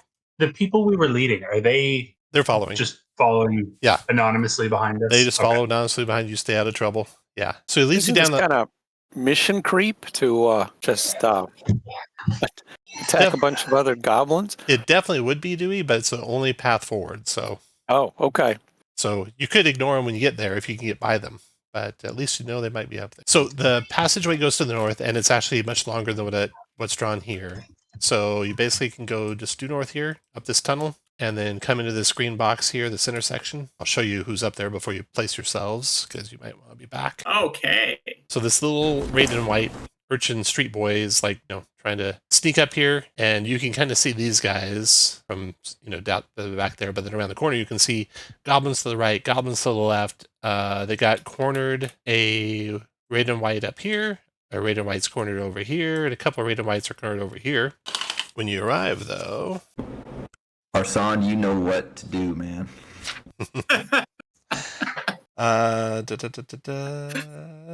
Okay, a gang of goblins clashes with lanky rat folk. The clanging of weapons echoing keenly off stone walls above a cacophony of goblin cackling and rat folk hissing. An arrow suddenly smashes into the wall a hand breadths from your head. A grinning goblin has noticed you and intends to make you part of the fun. All right, let's see, who hasn't rolled yet? Dewey, roll a d10. If you roll high, you'll have the initiative. Boom, you guys have the initiative to begin. It's been a lot of coin flips in our favor. It has been, yeah. What's this on the right? What are these? Those are like flying rodents. Let's see if I got a bigger picture. Oh, pigeons, nice. Like six-legged rat-like goblin rodents of some sort. Okay. That's exactly what I thought it was. Yeah. And there's a bunch of goblins up there. I think I can say I think I'm gonna go left. So if you want to tackle the right, Okay, let's tackle the right. Hold on, Do you want to be first? Let me just get the Sure. rest of the monsters in the initiative here. The way initiative is structured in this is it's kind of freeform. We pick Okay. when we want to, and the director has the ability to say, "Okay, you guys have a timer now. Decide what you're going to do." But it's kind of freeform, so people can Okay. kind of jump in when it makes sense for their turn. Okay, Arsan, Okay. go for it. Okay, so we'll do conflagration. This will be the top left corner. Top left. Okay. And let's. You incinerate all those goblin bugs, goblin rodents, whatever they were. Oh, good thing we found out what those were. Yep. So that was my action. This a bad guy? Yep. Only the gray circled guys are good guys, or Um, goodish guys. That's a bad guy. You know what we'll do is I'm gonna target this guy and I'm gonna push him. Oh, nice roll. So he's going to be pushed 3 squares. Anything more than that, or just 3? Yeah, I'm gonna use 1 to make it, I guess, +2. 5 squares. Okay. So he'll go to there, and then there'll be 4 squares left, and they'll both take 4. Real quick, are we starting at 6 or 5? Oh, victories should be 6. Yeah, victory for that Perfect. last one there. Yeah, 6 victories is the start for this one. And I am done. Thespian, are you sneaking in? absolutely. Go for it. All right, so that's -1 +2, so I'm at 7. Go with the blade dance. Oh, look at that roll too. 8 damage to everything you move up to. 1, And that gives me focus. Perfect. 3, 4, 5, 6, 7. 8 And I also damage. gain, Kills and I get him, kills another, him, kills insight. every one of them. And now I'm going to teleport with my black ash teleport. 2, 3, 4, and 5, and then hide. 4, 5 at the end, conceal, hide, even if observed. We'll do the first curse spitter over here. Go next, and I'll do the curse spitter that's got the. And the first thing he's going to do is, or the minions are going to do, is grinning evilly. The smallest goblins all begin to chant. Their glittering eyes focused on you. An unnatural wave of sickly nausea passes over you, and a green aura seems to trail your every movement. While chanting, each creature on the hero's side has poison weakness 5 and corruption weakness 5. So if you take any poison or corruption damage, you'll take 5 extra. And then that curse spitter will use nothing else. We'll use dizzying hex. Stride forward a little bit so we can do it. 6, 7, 8, 9, 10. They'll do that on the tactician. Tactician, you have an intuition resistance roll. Did I click the wrong thing? I did click the wrong thing. Okay. Your intuition is plus Intuition 1, that's 14, 14. so you're prone, and you can't stand till the end of your turn. So you can mark yourself prone. And Yeah. then Eye of Surlock, magic range resist creature. He'll do that on you as well. So you got another intuition resistance roll. Okay, I will that while I'm looking for the. Look at that. Nice. And that's you don't get crits on resistance rolls, unfortunately, but it is 2 corruption. And you normally have immune 5, but now your weakness 5 too, so you just take 2. Perfect. Just do this one. I'm not going to keep looking. 2 damage. Okay. And then the minions will move forward. The other one will come forward to there. Or they'll stop short of the conflagration. One of them shooting at the shadow, one shooting at the elementalist. Elementalist, you have a Bane on your attack. So that's going to be same either way. 4 damage to both of you. Shadow 4 damage, elementalist 4 damage. I have a critical I'm question using- considering I'm. Oh, yeah, go. Yeah, so I'm gonna use my triggered and all this confusion. I just have a critical question considering is this water or is this sewage? It's storm sewers. So Okay, it's Oh, better, good. better than pure sewers, a little. I'll take it. All right, Fiona, go ahead. I was actually hoping I could hop in here. Go ahead. All right, go ahead. Okay, then I will. And perfect. They're both in range.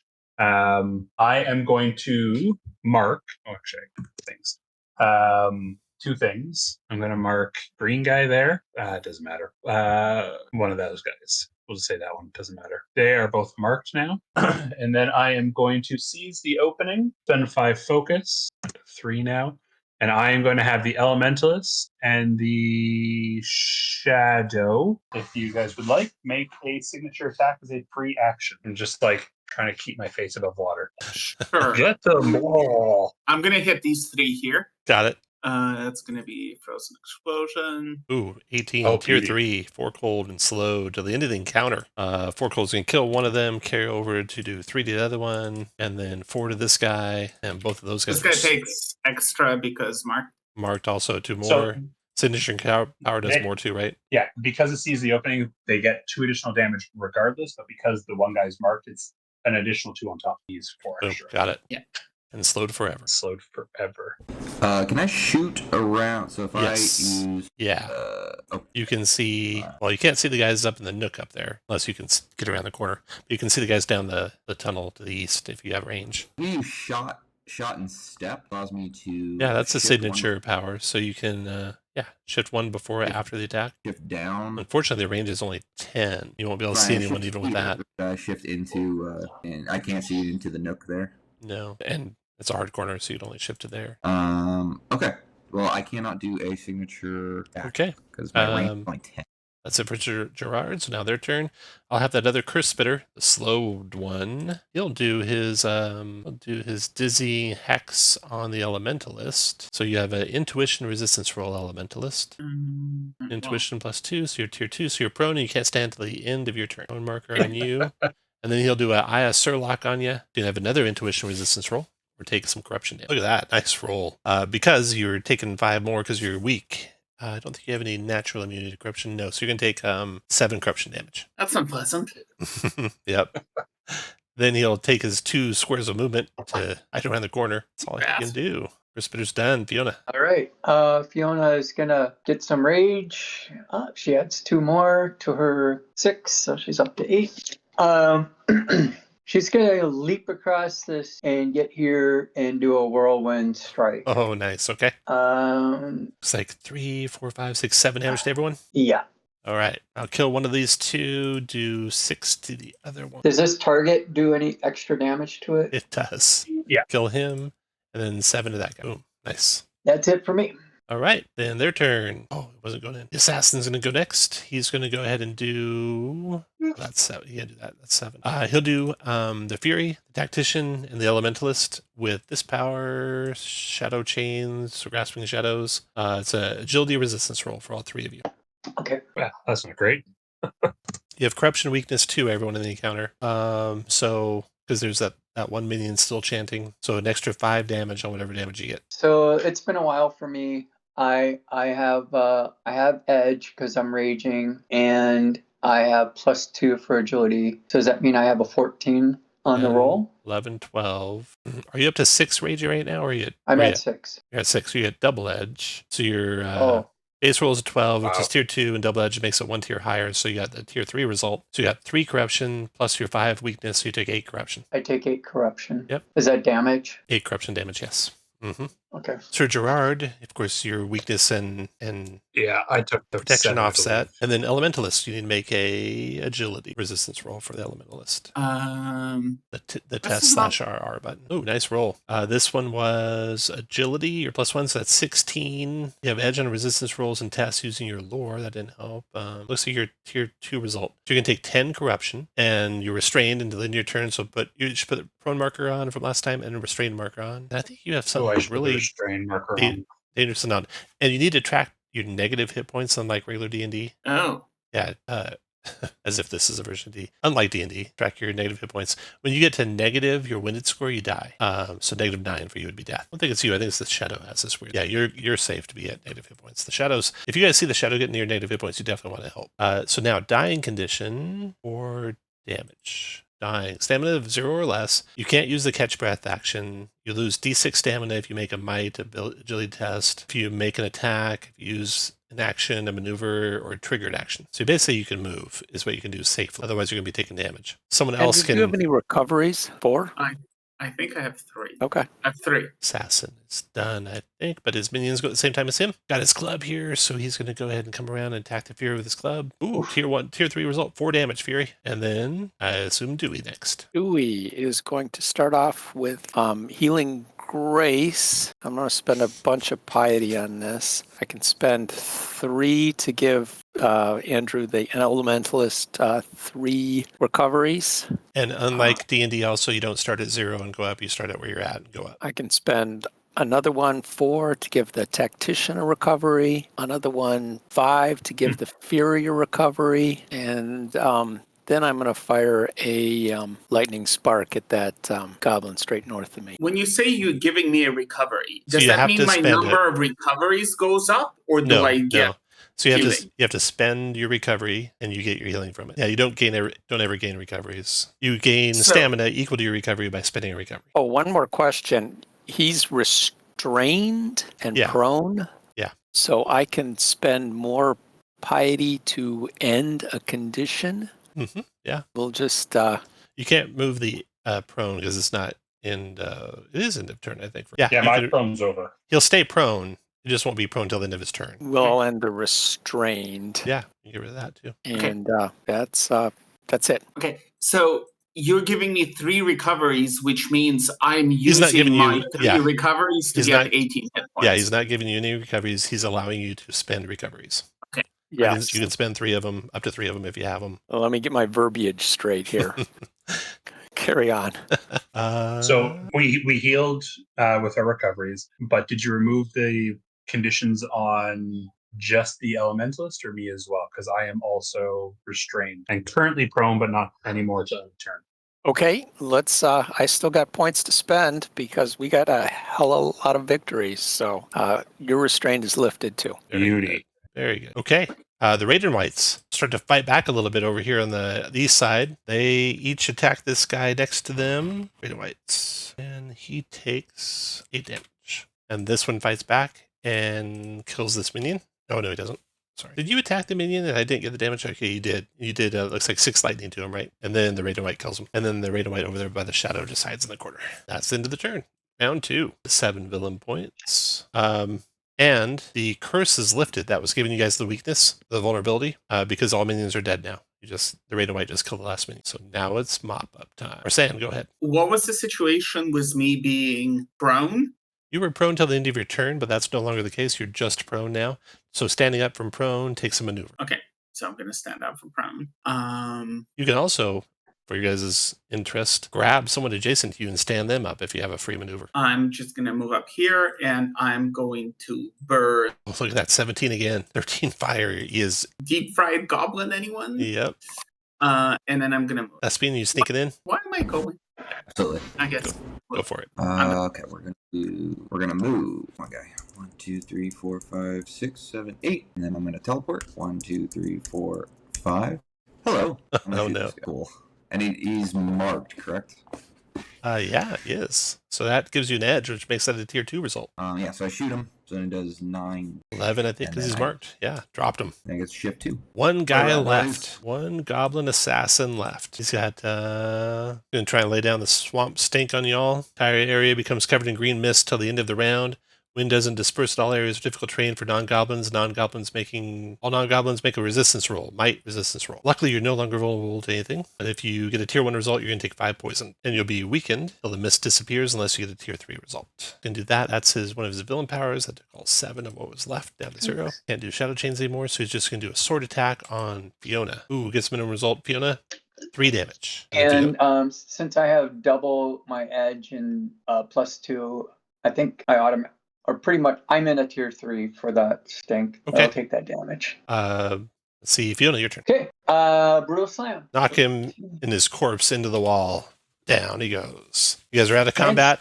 You can spend recoveries as you like, get back stamina. The Raiden Whites cautiously approach you. They cluster together, teeth clicking nervously. You helped us, one says softly. Thank you. You can see wounded rat folk passing out healing potions to each other, and they appear to have a healthy supply of that magic. You could try to negotiate some of that from them. You could also just kill them all, but you could also negotiate.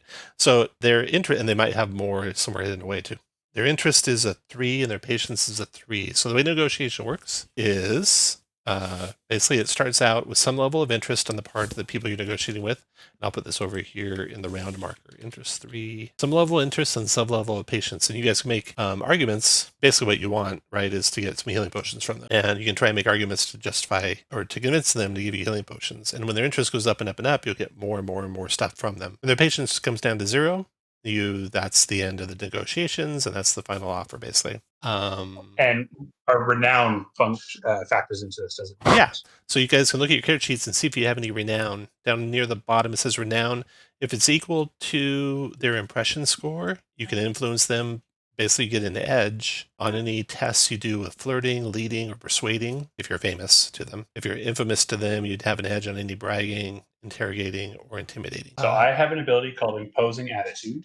It says, you command the room you walk into. While you are present, each hero with you is treated as having a renown 2 higher than usual for the purpose of negotiations or tests. There you go. So you guys, any of you that use the skill to flirt, lead, or persuade will get to take an edge on that check. Yeah. Additionally, each hero with you has Devil Edge on tests made to stop combat. In the Conduit, I think you have something special. Conduit, you have Team Backbone. Take first on your... Oh, that's montage test. Never mind. This is not a montage. There'll be one of those shortly. I have monologue. I don't know if that applies to this. I can't find it though. Monologue is under your description. When not in combat, you can shout to get attention of creatures in 10. Each creature not hostile toward you listens for at least the next minute. Allies can edge on test made to avoid being noticed. So not directly applicable to this, but I have my ancestry being a high elf gives me the high elf glamour, which gives me an edge on presence or persuade. Nice. Okay. So now the checks that you use for doing these checks are going to be reason, intuition, or presence tests. And basically, you can ask them, what do you want for those healing potions to start it out? They might tell you what they want. Or you can try to suss it out by making a uncover motivation check, which is reason, intuition, or presence. So since it's all 3 of those abilities, it's probably highly likely that you're all at least a +2 on one of those abilities. And you might have appropriate skills, especially flirting, leading, persuading. And so in that vein, we'll just use the initiative to let me know if you want to take a try at convincing them to give you a bunch of healing potions or not. And if a bunch of you say that you want to go first. So I have the read person. It's marked off as one of the skills I have, and that's an interpersonal skill. So I would like to kind of take an opportunity to say, we've assisted you. we're not looking for payment, but we have a group of people behind us. What would it take to get our hands on some of those healing potions as my read person? We just want to hunker down and hide. If you stay here too long, you might attract attention. So we kind of just want you to move on. So you know that their motivation is peace. So now if you were to make a check healing to that motivation, it'd be an easy reason, intuition, or presence test. And you can see the results kind of in the middle of make argument. Okay. So if you like, you can go Um, first to make a check for it. Absolutely. And I'll say we need to get these people to the port as quickly as we can. So we would like to get out of your hair. Clicked it, but it didn't roll. Let's try again. You're a tier 3 on a new motivation using their piece. It gives them +1 interest, another up to 4. And so they tell you that they would give you 3 healing potions if you'll move on. Now you guys can accept that or make another round of arguments. So interest of 4. Their presence did not go down. Their patience did not go down. So you still got plenty of opportunity to get up to a 5. The highest they can go is a 5. So right now you're at interest of 4. At the bottom there it says yes. And then there's yes and, where they might give you even more stuff. So who else would like to try and make an argument? I'll try. Okay, so you can try to appeal to any of those motivations. You got to watch out for things that might be pitfalls. Peace was a motivation for them. They may or may not have more motivations. Some of those may be pitfalls. You can try and suss out a motivation every turn, I believe. Uncover motivation. Ask once. If I 3, maybe offer up 1 once per argument. Yeah, so you can try this again. It'd be a reason, intuition, or presence test. Okay. And so what are all these edge bonuses? So I have an edge to persuade. You have an edge to fleet, lead, or flirt, lead, or persuade. If any of those skills, you could try and use those. So I don't actually have those skills on my, I guess, marked off on the sheet. So you can still get the edge. You just don't get the skill gives you a +2. The edge also gives you a +2. So you just get a +2 instead of a +4. I'm just going to say that, look, that, 4 of us are injured, and 3 potions is great, but, we're still going to have to spend some time recovering. But, if we had 4, then, we'd spend less time recovering and would be out of here faster. Okay, do you want to try and suss out another motivation or pitfall? Sure. That would be just a reason, intuition, and presence test before you make your argument. So go ahead and do that. Oh, nice. There you go. So you got learn 1 motivation or pitfall. You choose. You want to know motivation or a pitfall? Let's do pitfall. Okay. Higher authority. Blackbottom is burning. In the eyes of the Raiden Whites, all are equal victims, and no one has any greater claim to survival than anyone else. So you don't want to be appealing to higher authority. So you're appealing to. You don't want to appeal to peace again, because if you appeal to the same motivation twice, the patience goes down. You can, if you want to stay with that one, because then you'll get.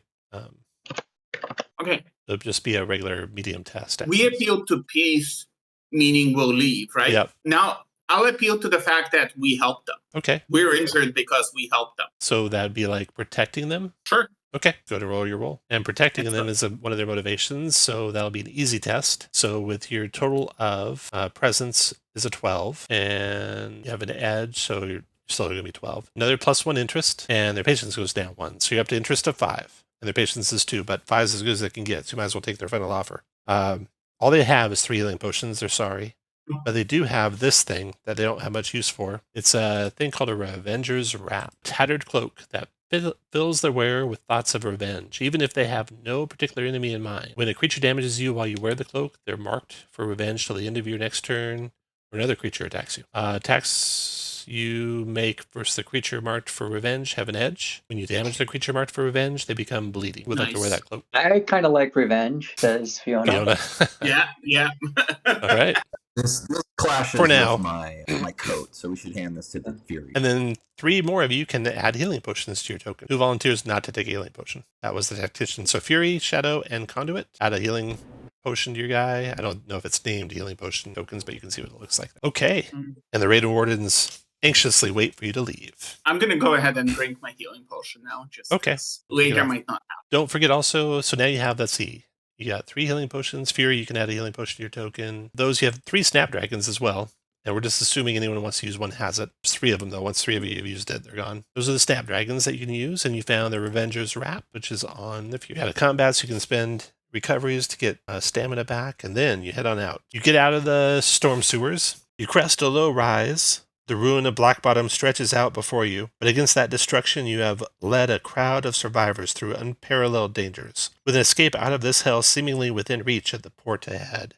You just need to complete this last stage of the journey to get to the port safely and before more of Ajax's soldiers arrive. So this will be a montage test. Montage test, this is going to be a hard one. So you'll have 2 chances to make checks. So everyone's going to kind of need to make one because you got to get 7 successes before 3 failures. The challenges are going to be defined by the test that you're doing, and each of you will have 2 chances. Like I said, the conduit's got this power, Team Backbone. When the conduit takes their first turn during a test, they can assist another hero and make a test. So don't forget that. And then this particular montage test is getting out or escaping Black. Getting into the port quickly and safely will be no small task.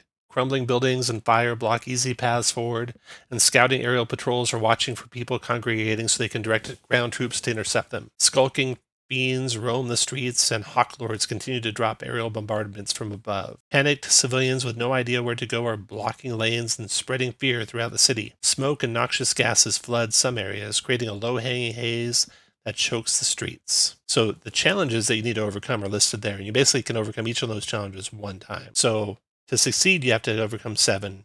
There's 8 of them. So 7 of those 8 before you have 3 failures and before everyone's gone twice. You can each use a skill only once per montage. So you can't repeatedly use stealth, for example. But you could definitely use stealth once. I'd like to start. I see one that seems tailor-made for me, and I'm going to distract or cut off patrols. I think I'm pretty good at distracting, being a former pit fighter, and I'm going to use the monologue ability now. I'd say that's an automatic success. You don't even need to roll for that, given you have a built-in character ability to do it. So that will be 1 success. So I have the lead skill, although I cannot do a fancy monologue.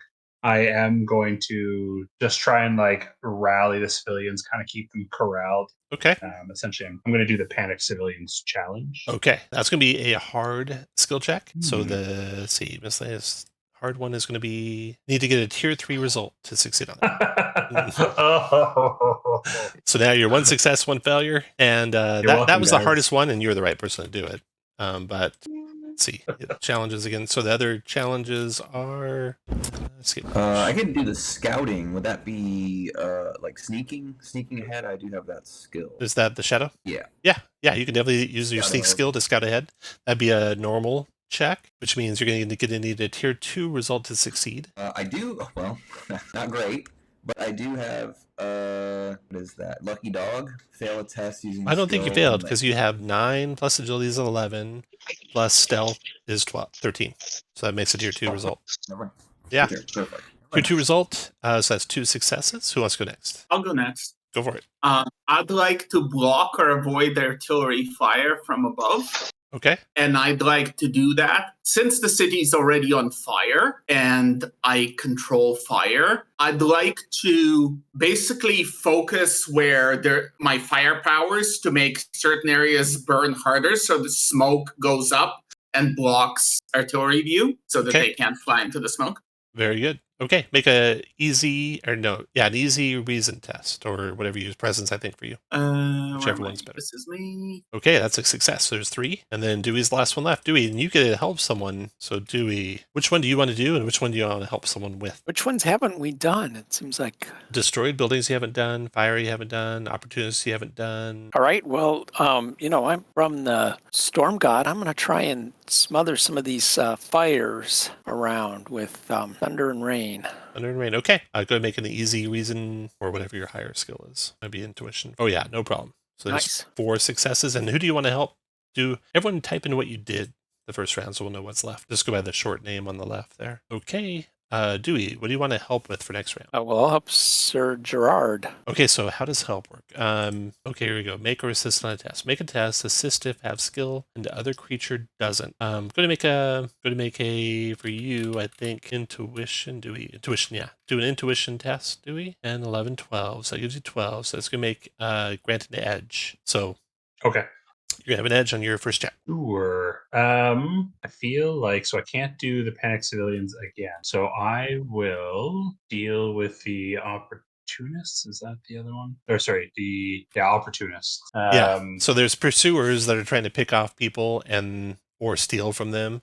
They're like commoners largely. You could convince them to join you. You can't use persuasion again if you used it the first time. So you have to use another skill. Yeah, I had used my lead ability last time because I had that checked off.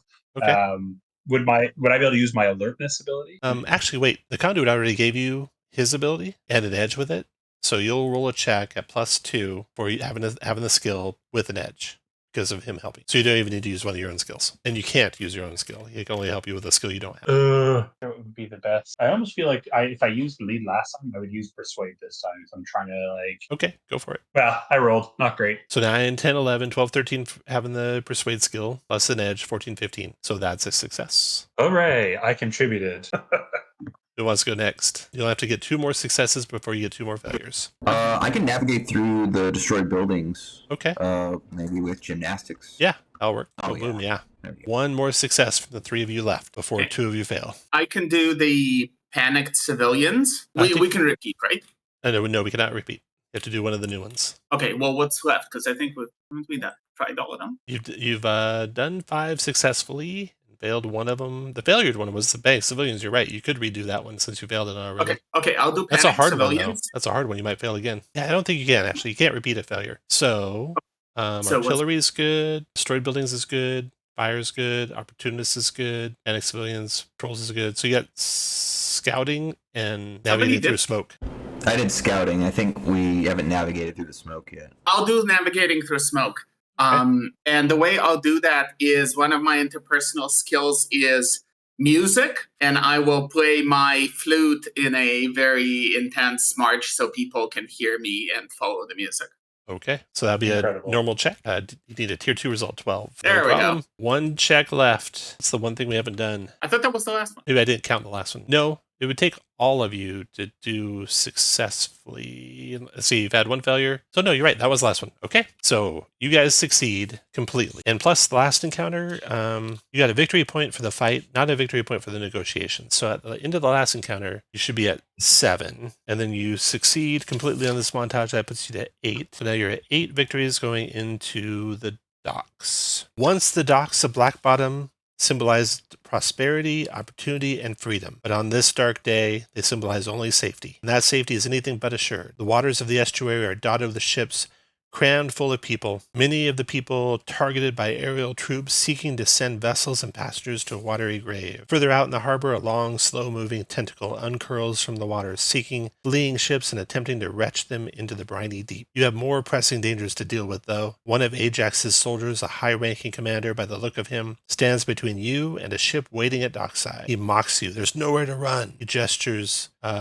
his soldiers forward as he points past you to threaten civilians you lead. He says to them, yield to the forces of Phoenix and the might of the Iron Saint. The Iron Saint being Ajax. So, and you guys can be anywhere anywhere in that green area. So you see to your right, Phoenix, the leader of this gang of humans. These are all humans. He's got standing in front of him 2 death acolytes and a scoundrel. Due to your speed and alacrity in getting here with your complete success on the montage test, this scoundrel is not there. Move the human scoundrel, and you see on the far side of the dock, a storm mage and some apprentices. And you see the ship that you want to get all the people to get them out of here is over here. But you're thinking you're going to have to kill basically all the humans, including Phoenix, their leader, before the people will be safe in any way to go to the ship. So, who's not rolled yet? Andrew? Roll D10. Okay. Get high, you'll have the initiative. No! Oh no, finally. Shit. Final battle. Pun intended. Yeah. First to go will be Phoenix. 2, 3. He'll go to there. As maneuver when he gets there, do kneel peasants to Fury and the tactician. He gets pushed 3 and prone. And he won't push either one of you, but he'll knock you both prone. So Fury and Tactician, you both knocked prone. And then Actually, real quick. Yeah. That I think is flagged as a weapon attack if I'm seeing this. So I am going to parry it and spend 1 focus. So the effect is the damage is half if there is damage. I don't see it though. No damage. The result of the power roll is treated as 1 tier lower before it's halved. So it is a push 2 and prone rather than a push 3 and prone. Gotcha. He's just going to knock you both prone. No push at all on either one of you. Regret. Okay, does that with his maneuver, and then with his, and he did the Neo Peasants, that took 2 victory points. He's going to do whip and sword, and it's going to target 2 of you. It's going to be a tier 2 result, 9 damage to both of you. Pulls you both 2, but you're both adjacent. Or adjacent after the attack, you're going to take 9 corruption. So you take 9 damage and then 9 corruption. And that's a reach of 3, so he's actually going to spend 2 victory points. And get the shadow as well and pull the shadow to him there. So shadow, you also took 9 and then 9 again we got adjacent. Okay, Phoenix is all done. Okay. Who wants to go first? It looks like Arsand. I get a free triggered to Yeah, go for it, Shadow. Go ahead, Arsand. I'm going to. Oh, wait. Before you go, Arsand. Or you hear maybe that first. A cackling laughter sounds out at the end of the dock. An opportunistic band of goblins suddenly appears on the ship, clambering up the mast to trim the sails, readying to cast off and steal the vessel for themselves. Them on the fight for you here. So you got Hello. goblins over here. A lot of goblins. And then more goblins here. Half castle there. So they're like climbing up on the mast and the rigging, getting the sails ready to go.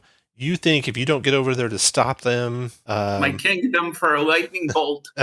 If you don't get over there to stop them this round sometime or next round sometime, they will take the ship. And now, Arsand. All right, I guess I'm going to go stop the goblins. 1 second. I need to count squares. Oh, okay. I'm going to hit, I guess it's going to be these 4.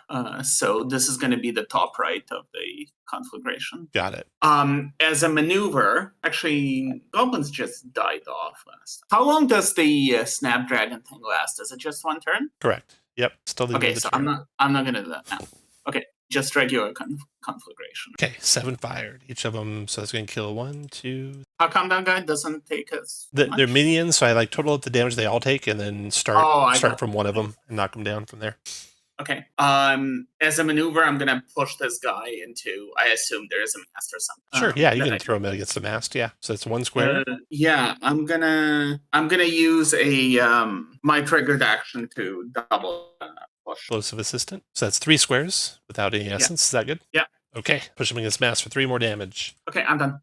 After Arsand. Thespian sneaking in. Absolutely.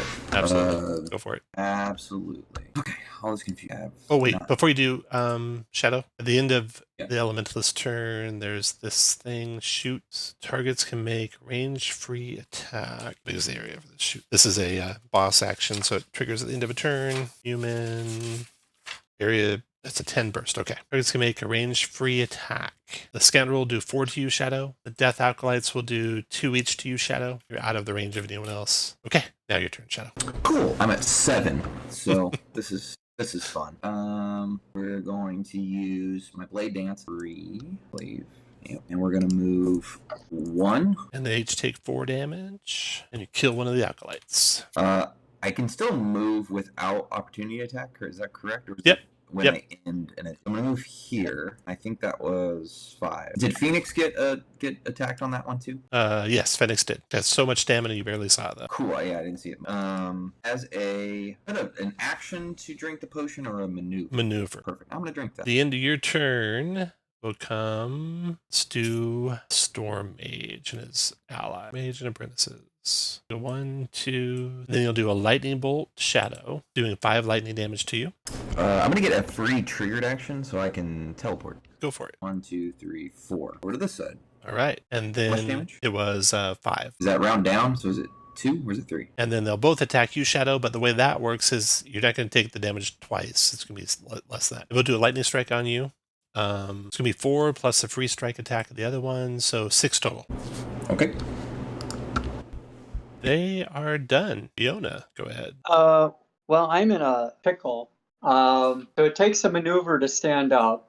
Correct. And I was looking at being prone, and that's really bad news to be prone. So I will do that. And I think you said last time we played that you didn't downgrade an action to a maneuver. Correct. All right. Well, I hate to do this. I think I'm just going to downgrade my action to drink a potion and make myself a little bit more survivable. So yeah, +9.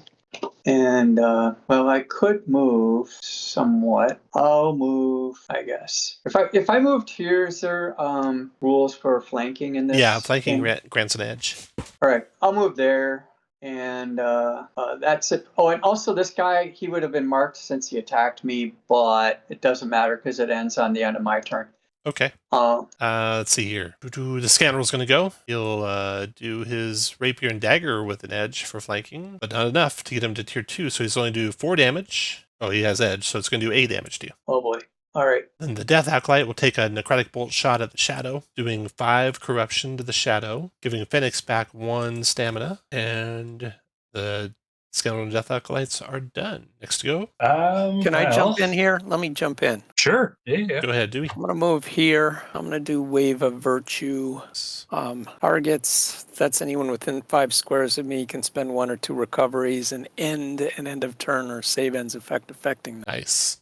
So that's all of you. If you have recoveries to I'll turn spend, 1. you can spend up to 2 of them. Thank you. Thank you. And all your end of turn Appreciate effects say effects end, which I don't think any of you have. And then I'm going to, with my maneuver, do Healing Grace and let the shadow spend 1 more recovery. Nice. Heck yeah. And then I'm done. Look at that. That's some real healing. Okay. Nice. Solid turn. Mass heal. Yeah. Let's see here. That's done all those guys. Now the goblins are going to give some back to you guys. So we got a runner and the assassin. Assassin and his runners. He has not enough villain points to spend. 6 who come to here. And sword attack on the shadow. Ooh, critical hit. 7 damage shadow. Excellent. Perfect. I don't know if monsters are going to take advantage of critical hits or not, but 7 damage to you, and then his runner over here, speed of 6, 2, 3, 4, 6, 6 there, club attack, 8, 9, that's 2 more damage, Shadow. They are done. Your guys' turn, Sir Gerard. All right. I really don't want to be prone. I hate to do it. Maneuver to stand, which means I'm giving up my ability to mark, which is devastating. But I am going to call people out. I'm going to... No, you know what? I want to attack. I want to be a part of combat. I'm going to attack Phoenix, and I'm using my hammer and anvil ability. Ooh, nice, okay. You have an edge for flank. Ooh, tier 3. Ooh, that's a lot of damage. I'm doing a ton of damage. And so that's 18 damage that I'm doing. And then Fury, you are able to make a signature attack with edge against this So target that's as a double free edge, turn Fury. reaction. All right. Brutal slam time. That's tier 3. Made it to tier 3. Yeah, Great. double edge. It ups a tier, yeah. Okay, so 14 damage. Can't push them, Should which be is fine. 18 probably, right? Oh, yeah. Got Because of my rage, I'm up to 11 rage. Oh, I'm sorry. I messed up. You didn't ignore me telling you how to play your character. Yeah, I did move to... It's 6. Yeah, wouldn't it be 20? Oh, good question. Since the start of your turn, you haven't had a new start of turn, so you're right. Yeah, believe it or not, that's the full 36 damage, and his hit point bar is still above half. Jesus. Well, that's okay because I get to pick 2 allies in 10. Elementalist. Andrew, do you have anything that would work on this guy? My signature is all creatures. So Not great. So if it has to go against him, it would hit others. So let's not do that. Thespian, do you have anything ranged that you could do? You're within 10. Absolutely. All I can right. shoot him. That's basically what I can do. And shift. We'll do that. It's a tier 2. Yep. I get the shift 2. 9 damage. Shift 2. Come on, move in. Actually, you know what? All done, Sir Guard? Yeah. Okay. Curse Spitter and his snipers are going next. He will spit out a curse on... He'll do a curse on the Elementalist. Dizzying Hex. Intuition resistance roll Elementalist. That's a tier 2, so you're prone and you can't stand till the end of your turn. I would have made 14, right? Yep. You need a 17 for tier 3, so that'd be a tier 2. So I am prone. And then I have Surlock on you. That is another intuition resistance roll. I'll take some corruption damage. That'll be 6 corruption and weakened. Intuition ends. So I put a 0 on that marker for that weekend. That was the Crispiter's attacks, and then he's got minions who are going to close up here to range of 10, down the stairs to there, and this guy will go. Elementalist, Conduit, and Shadow are all getting attacked with this one attack from these 3 minions. Elementalist, you have a edge. That one's only tier 2 result on you, so you take 2 damage, Elementalist. Conduit and Shadow, you both take 4 damage. They are all done. That's the end of that round. Next round, round 2, 7. The ship is safe from sailing away without you guys since you're engaging the goblins. You don't have to worry about that. There's 7 villain points at play here. Think about who wants to go next. Fury, I have a question for you. You have something where if you attack before your next turn, you do more damage. Is that what just happened last time? As long as he moves after the start of his turn, he does more Yeah, damage. I just So need to move. if I can make you make another attack Yep. He'll keep doing before more your damage. turn, Yep. then regardless of where I fall in the order, I should go before you because I'm going to make you. Okay, Phoenix is going to go first since you won initiative this time. And do 3 villain points at the start, down to 4. He hucks a alchemical device over toward Conduit and Elementalist. It's going to be alchemical device 3 cube within 10. So just those two. So you two Elementalist Conduit to make a intuition resistance roll or take some corruption damage as a chemical bomb explodes around you. Okay. Looks like it's intuition, so you both made tier 2 results. 3 corruption and slow till into your turn. Slow gun your guy. First spitter had already can't stand intuition ends on the elementalist. So can't stand, special can't stand, just into your turn on the slow. So that was his maneuver as he did that. And then he's going to do whip and sword on the 2 next to you. You guys both take 12 damage. Well, I'm definitely going to parry this. And then another 9 damage since you into Jason. Yeah, so I'm going to definitely parry that. I'm going to spend 1 point. I'm trying to drop it down to 3. Okay. So the parry. Attack damage is first the target is half. So you both. So I dropped it down a tier because I spent a focus. So it's a tier 2 instead of a tier 3. Okay, and who are you gonna parry it against? You or your friend? Ooh, that's right. I will parry it against Fury because Fury has fewer hit points. Okay, so Fury, you're gonna take only 4 damage and then 9 corruption, and Tactician, you'll take 9 damage and 9 corruption, but you only take 4 of that corruption. But you said you spent the focus. I spent the focus, so it's a tier lower. Tier lower, same deal. So I take a total. 9 and 9. It still makes it a tier 2 because it was a tier 3. Oh yes. Yeah. So actually, Tactician, you're going to take 12 damage and 9 corruption. Tier 3 versus you. Tier 2 versus your friend. So I took a total of 13, right? 4 and then 9 corruption. That's right. Okay.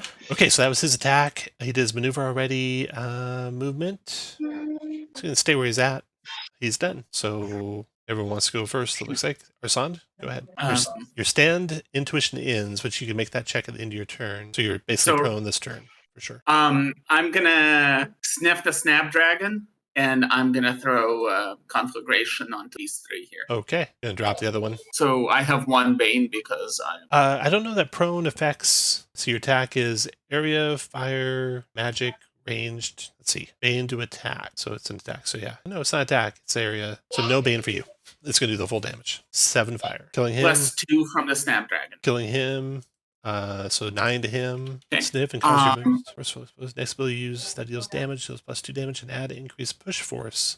Push force move by 2. So you can actually push him 2 as well. So 1 and then into a mast for another 1 damage if you want. Yeah. And I'm gonna use my maneuver to push him again. Okay. Let's roll that up. So that's 1 plus whatever else you and want I'm to do. gonna use a thing to increase my push. 2 more or 4 more? Yeah. Force movement is increased by 4. Yeah. I'll do 4 more. So you spend 1 of your points, and that kills him. You crush him against the mast. Fucking die. I'm gonna move. You're slowed. Yeah, I can. Never mind. Yeah. Mind, I forgot. So the slowed ends at the end of your turn. You can take that marker off. You have to make an intuition roll to end the other can't stand condition. I can't stand it. I don't think I made it. That's fine. All good. Ending a condition. Where's that damage? Probably under damage. Characteristic ends. Okay. So a tier 1 effect persists. Okay. You're still slow, prone, can't stand. Thespian, I bet, is going to sneak in here. Oh, absolutely. Go for it. Yeah, I will sneak in. Let's take Knowledge Confusion. That's not what I meant. Hesitation, we do that. -1. So I have 7. Hey, Tyson, can you go push to talk? Yeah, sorry. No problem. If I'm reading the blade dance correctly, the effect also allows me to move up speed. So it's not just my move. No, it that action gives you all your speed during the action, as well as whatever speed you use during your movement. Right. Am I allowed to split up this movement? My intention is that I want to move down to this guy. I want to do blade dance on this guy. I can't ping. How do I ping? Where is ping? Sorry, I got distracted for a second. I'm saying I was trying to ping this guy over here. I want to blade dance and hit this goblin that's above me, and then that apprentice that's down at the bottom. Apprentice mate. I'm sorry. Real quick, before you go, let me do this thing. Boss action. Form up. First 10 area allies shift speed till end of your Until the end of the encounter, grant Bane to attack first you or an adjacent ally. Okay, so Phoenix tells everyone form up around him, and any attack against him or an ally adjacent to him is going to have a Bane. The scoundrel likes where he's standing, actually, with the flank there, so he's going to stay where he's at. Okay, now go ahead, Shadow. Sorry. No worries. If I do blade dance, am I able to split up? Like, can I do a maneuver in between that? Intention is that I want to move up 2 squares. Yeah, you cannot break up your action across. with other things. No. Break up the action. Okay. So then instead we are going to forget about that guy and I want to move up. I'm going to teleport my black ash teleport. Go 1, 2, 3, and then I'm going to use the blade. Look at that roll. Go 1, 2, 5. So 4 of those guys are going to take 8 damage each. 8 to the Storm Mage. It's got a thing called Arcane Shield. What's this do? Take damage from an adjacent enemy. Reduce damage by 3. Enemy takes 3 thunder and is pushed 2. So when you moved to there, you did that one. Boom. Pushes you right off the edge. Oh, sick. Yeah. Can I splash into the water. Use that triggered action. Sure. All this confusion to teleport. Okay. Yeah, go for it. And so when he tries to push me back, I'm going to teleport 1, Okay. 2, and then I'm going to still continue that move. Very good. And then that 8 kills him. This guy. Okay, Shadow. What else? I still then have my regular movement, correct? All right. I think I'm good here. All right. Actually, I'm going to shift down. Let's see. Down. Phoenix is gone already, so next is going to be... Okay, so he there will do... He'll hurl another... he'll hurl another alchemical device over toward the conduit and the elementalist. So another roll for you two guys. Intuition. Look at that. Dewey takes only 1 damage. A resistance roll for you, Andrew. Only 1 damage for Arsan, too. 1 damage for each of you from the alchemical device. Now it is a maneuver. Then he's going to rapier and dagger. What's this? Yeah, you can't do that. And that took 3. And then he'll do rapier and dagger on the Fury, who's got flanks, so have an edge on that. 14 damage to the Fury. Oh boy. 14. 14. Remember to keep track of negatives. I'm down. Right, you're not down. You're standing. You're negative, what, 5 right now? Negative 5. Negative 5. Yeah. Yeah. Keep track of negatives. You're dying up there. The condition for dying right there. Stamina 0 -1. Can't catch your breath. Lose D6 stamina when you do anything, basically, except move. That's the scoundrel's turn. And then the scoundrel, after he does that, back to... That's provoking from you, Fury. But if you want to take that trigger, you're going to take a D6 damage. How far negative can I go? You should be in -4. Or -5, right? -5? Okay, so I'll basically kill myself if I... You would take a D6 damage, and you can go to negative your winded value, which for you is 13. You go to negative 13. No, I'm going to stay where I'm at. Okay. All right, so he's done with his turn. That's the end of that. Looks like Fiona. You still want to go next? Let me jump in.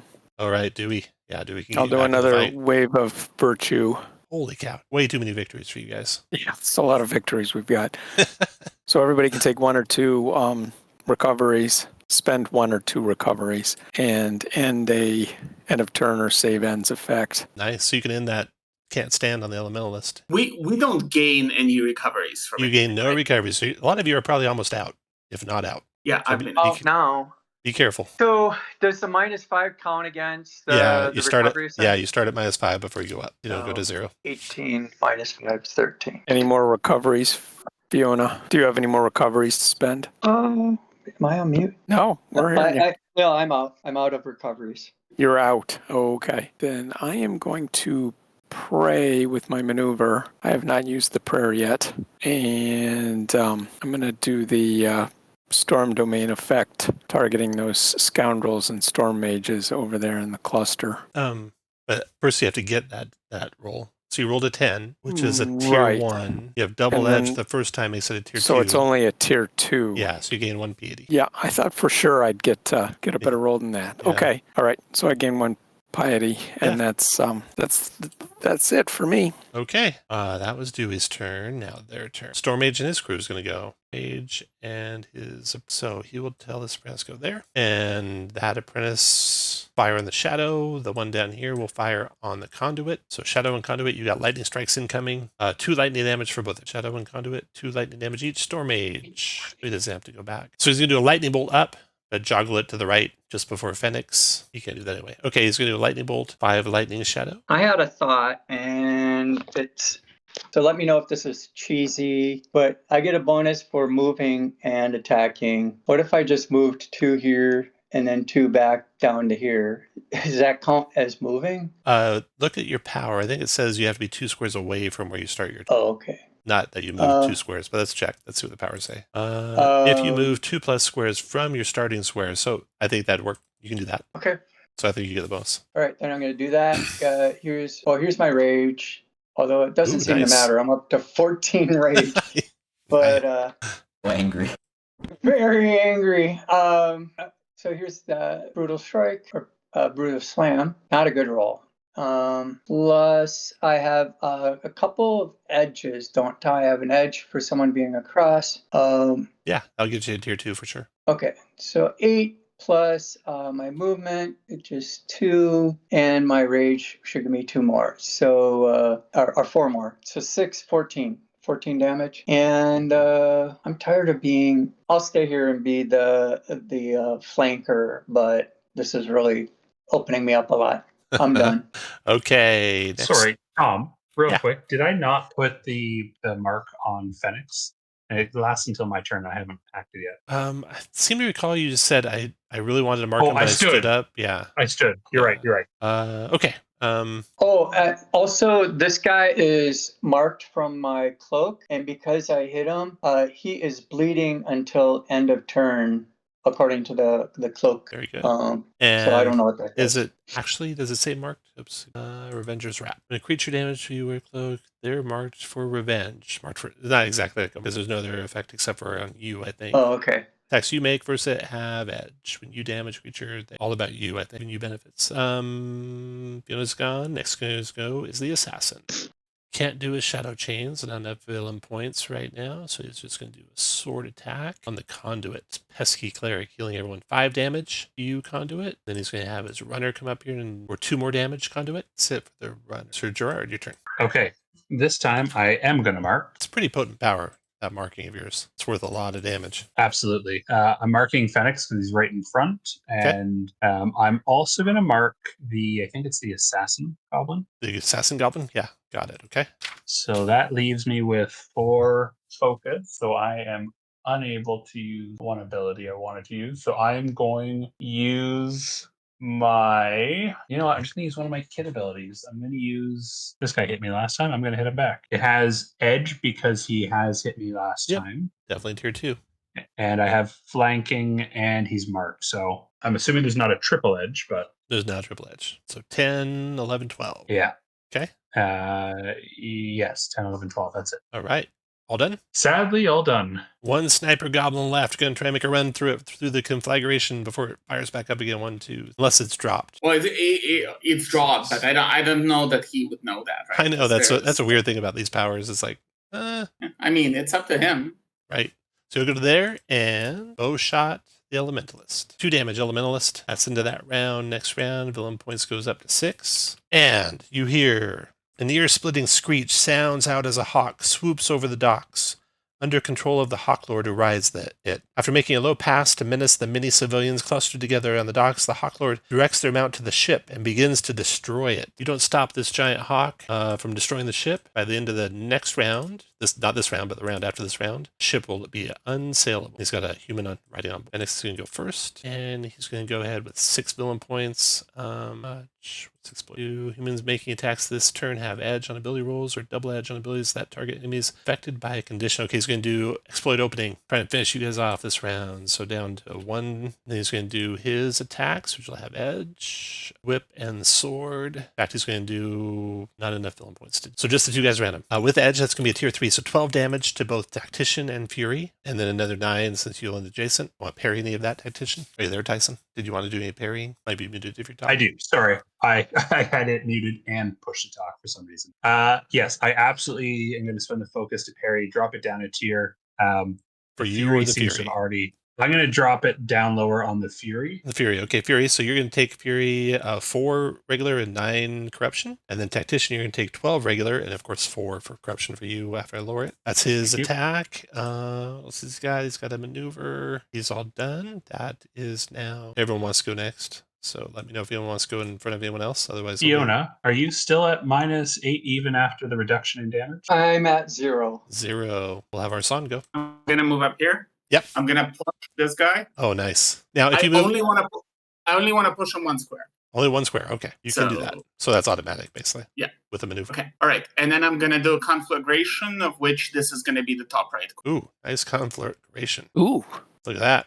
Damage. Ooh, nice. 11, 12, 13. Tier 2, 7 damage to everyone. Killing him. He's marked, so 7, 8, 9 damage to him. 7 damage to him. Killing that guy. Anything else? And then that was, I'm just going to be back there. I'm probably going to die next turn. All right. Now, Fenix goes. He can shift 2 times the speed during and after the attack up to 4 targets with his whip and sword. Allies adjacent to the target. This is like the end boss power, so this is going to be bad. Up to 4 targets with the whip and sword. Allies adjacent to target and make free strike first target. Okay, so it's going to be ugly. He can shift up to 4, or after attack up to 4 targets with his sword. So he's going to shift over to here, basically, getting all 3 of you guys that are near him with his sword and whip. You're all going to take a lot of damage. 13, 14, 15, so tier 2, 16, 17 gives you that edge because of his exploit the opening. So all of you take 12 damage. Looks like Fury might be perishing. Shadow and Fury, you're both adjacent, so you can take 9 damage. I'm going to use all this confusion. Nice. And Smart. So you won't hit adjacent. out. Yeah.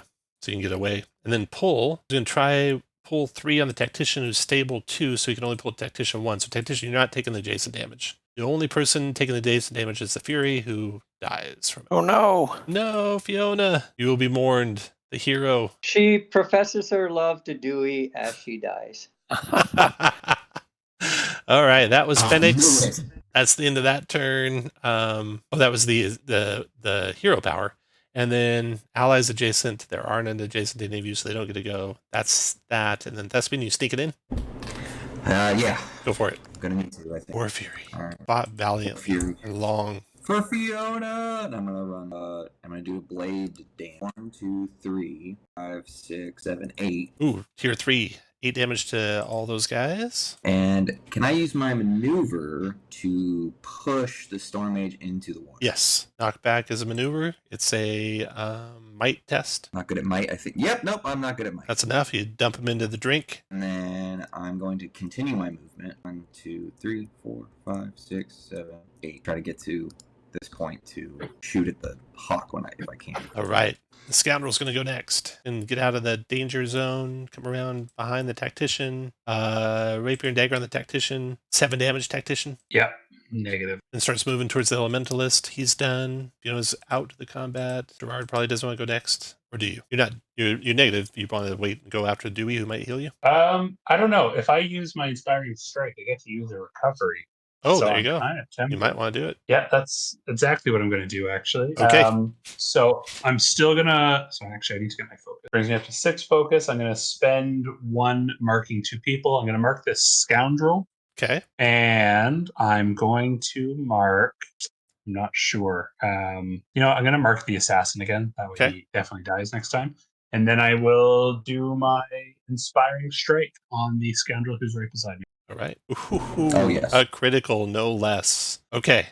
So let's do this. You do 15 damage, killing him. You or an ally can spend a recovery. You and an ally gain edge on next attack this encounter. Do you want to spend your own recovery? Okay. So then at the end of that action, I would have the damage be done to you. I don't know if it's supposed to be before the or the end. So there's no damage because you're not at negatives. And then I have another action now. Is that how crits work? yes. So you have another action this turn. And at this point in time, I have not actually moved. So I am going to move there. Kind of want to just push him into the conflagration. No, you know what? I'm going to use my signature ability and just do another attack with my Pain for Pain ability because he has hurt me. That's a good call because I might be down by the time it comes time to trigger conflagration. 10 damage. Yeah, absolutely.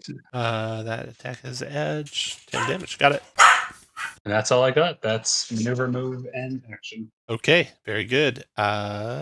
Storm Mage is going to climb out of the drink. 1, 2. Lightning Bolt on the Tactician. 8 lightning damage. Apprentice Mage is going to come to here. Lightning Bolt on the Elementalist. 4 lightning damage. Don't forget, you're not down. You're just negative hit points. And then... 1, 0. Yeah, 0. 0 is also dying, unfortunately.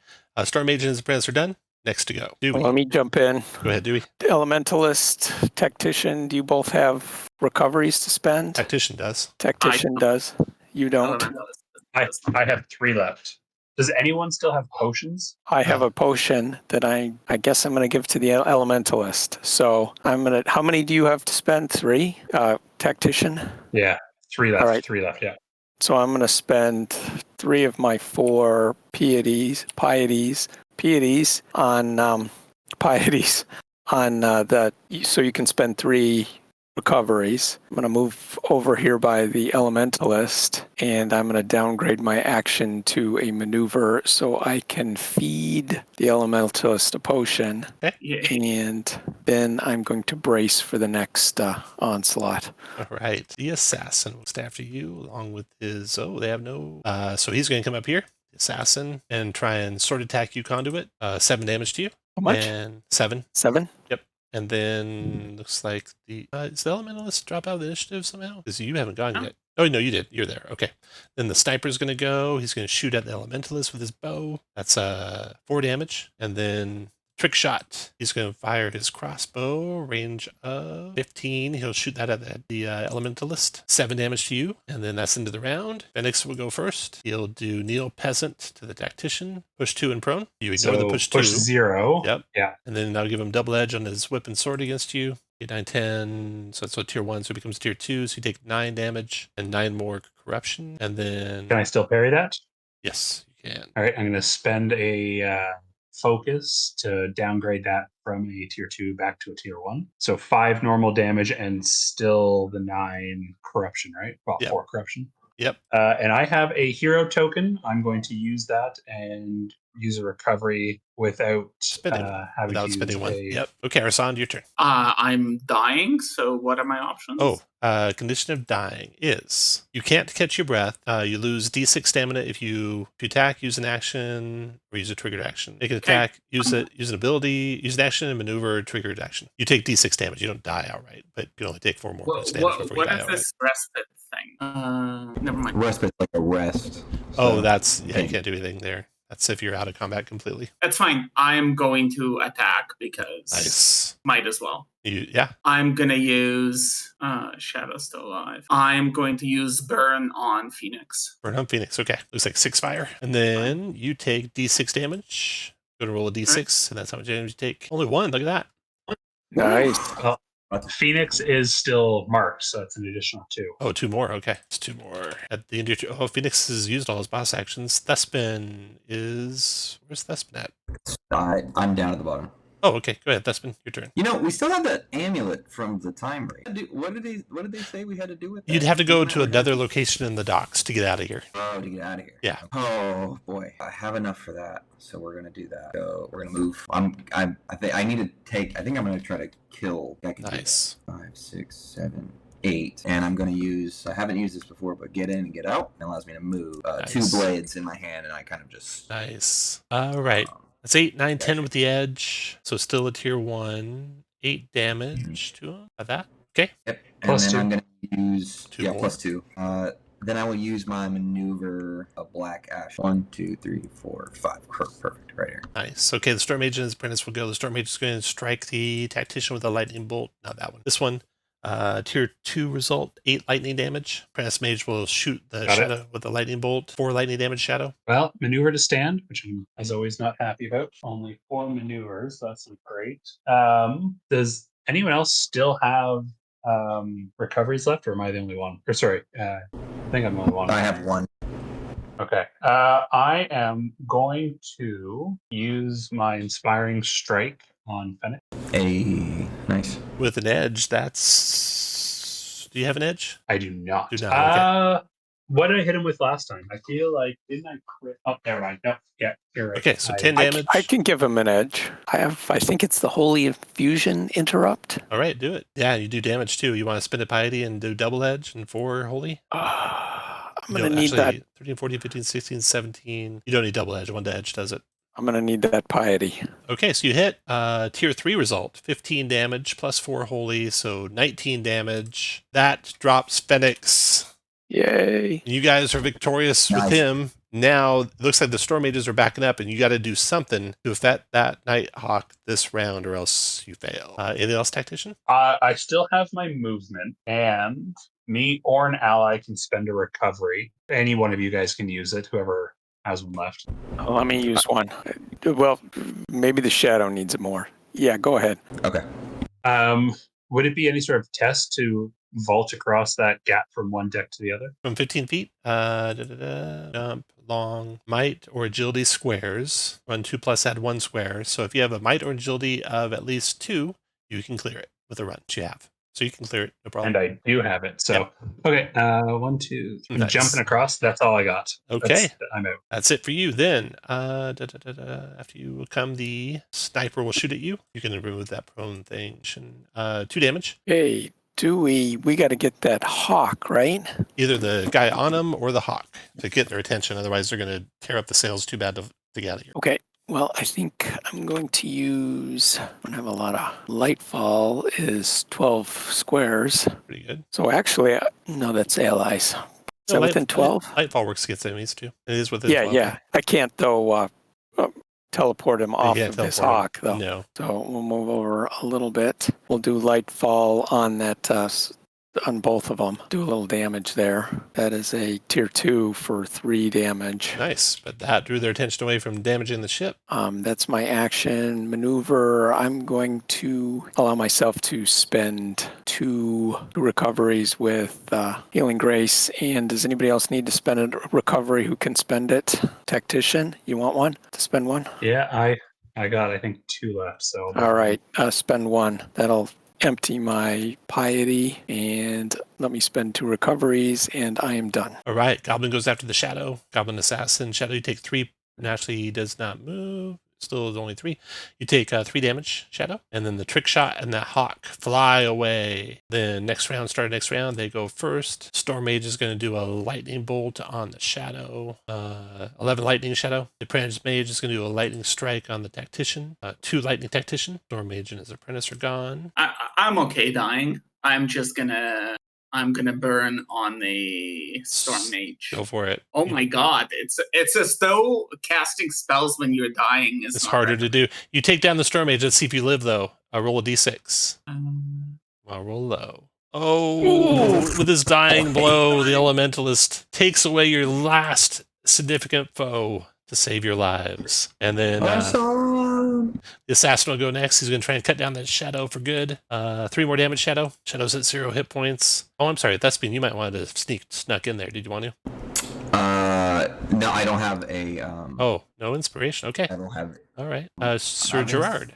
Imagine you probably want to go next. yeah, I do. Shit. And if you don't have any, well, I will. Screw it. I'm gonna hit this guy. With my. Oh, critical. 14 damage obliterates him, and you get another action. Yeah, so I'm gonna move, and I am. Screw it. I'll do it again. Down he goes. The last goblin runs and dives into the water to get away from you all, and you are victorious. Only 2 dead. The people cheer and rush toward the ship. After seeing the civilians safely onto the escape ship, and you can leave with them, you can hitch a ride on some horses and get out of town that way. You can take the Star Sling. If the heroes assisted the Time Raiders in the alley section, you can follow the instructions you received there to get as far away from Blackbottom as possible. Activating the floating silver disc that is the Star Sling might take you anywhere in the world, or even to Alloy, the city at the center of the timescape, and you'll forever be heroes to the score of people you saved from Blackbottom. And that is the end. Nicely done. Good one. Amazing. Thank you for running that. Yeah, that was cool. Oh, that was awesome. And let's see, that would have been 3 more victories, which brings you up to a total of how many now? 11? 11. Yeah. 11. So when you take a respite, you get everything back, and those 11 victories turn into 11 experience points. And you need, I think, 10 for first level, so you go up to second level, or 10 to get up to second level. And then It's wild that we're level 1. Like, this game has done such a good job making combat feel dynamic and action packed. Like, that is an incredible level 1 experience. Exactly. I was just gonna say, like, this is way better than trying to do anything at level 1 and other. It's like I can't believe that can do these things at level 1. It's awesome. it's really interesting dynamic, too, how dying works and how you can just keep pushing and maybe make like one last heroic stand at it. Yeah, that's really nice. I like that. What do you do if, like, how would you heal out of that? Because I thought I fell to 0. So what would that mean? You just wait. You need a respite. Basically, you need to get out of there. If you're out of combat, you can spend your own recoveries. But if you spent all recoveries and you're still at 0, then you have to wait for a respite or a potion of Gotcha. healing. Potion of healing Gotcha. would do it too. And then death. That was really fun. Death, I think you need like some sort of raised dead type scroll or magic. I don't know if characters can do it. There's another intro adventure too that you guys can play if you download the backer kit or download. I don't know if it's in the Patreon kit or not. I think it's only in the backer kit. There's like an intro adventure that's just one session long. This was really fun. I would love to run this. Yeah. This is great. My only observation from a Fury standpoint was that I built up all of this rage each combat, but like the one thing, at least for the version of Fury that I was playing, there was not much I could do with it. I could do that, what was it called? Primordial Shockwave. Yeah. But You and can it costs 5, but you need to get everyone in a line, and it really 2 creatures in a line didn't seem like it was worth the effort. So trying to get in a situation where you had 3 in a line was difficult. And Whirlwind, But that didn't take any Fury. it takes 3 actually, 3 Fury. Oh, it does take 3, Yeah, 3 yeah. Fury. Oh, is that what H3 meant? Yeah, 3 mates, 3 Fury. Yeah. Then All right, I'm gonna hop off, guys. Thanks again. I yeah, appreciate thanks it. again for playing. See ya. You can spend a little bit on your relentless toss, but only one at a time, basically. So yeah, not a lot of ways to spend up all your Fury. But you kind of Yeah. want to keep Fury, unlike other character classes, Yeah. right? Because you having Fury makes you do more damage. So it's a little bit different than other classes. It's like you want to always have 6+. 'Cause then you're That's doing- right. Because as you build up that rage, if you get over 4, you want to keep at least 4 rage so you meet the minimum for that extra damage. Yeah, and 6 rage gives you double edge on might tests and resistance rolls. So yeah, it's interesting the slight differences between the different abilities. And the conduit is interesting with their prayer power, how they can, double edge the first time they use it, edge the second time they use it, and then bane, and then double bane. And they can start taking damage and bleed if they pray too much. Ask for too much divine help. I was jealous of the conduit's ability to spend their piety. Their just their basic healing maneuver has so many ways to spend a bunch of it. Yeah, it's very versatile. Yeah. Yeah, but it was Very good. fun. It delivered. Yep. I think it's what they're. I'm gonna log off. Okay. I gotta go watch the kid. Thank you so much for running. Thank you very this. much. Sorry, I ran over a little bit there. Yeah. No, Thanks. absolutely not a problem. It was absolutely worth it. If you decide to run the other one as a one shot, or you want to run anything else, just let me know. I'm absolutely interested. Absolutely. All right, guys. I might try building one of them into alchemy and see how that runs, because it's That'd be supposed to be a interesting. very cinematic style VTT. So if I end up taking the time to do that, I'll let you know. It's gonna be interesting to see what their VTT looks like when they get theirs done. All right. Well, I got to sign off, guys. Thanks for playing. All right. So Take yeah, care. thank you. Bye. Bye, guys.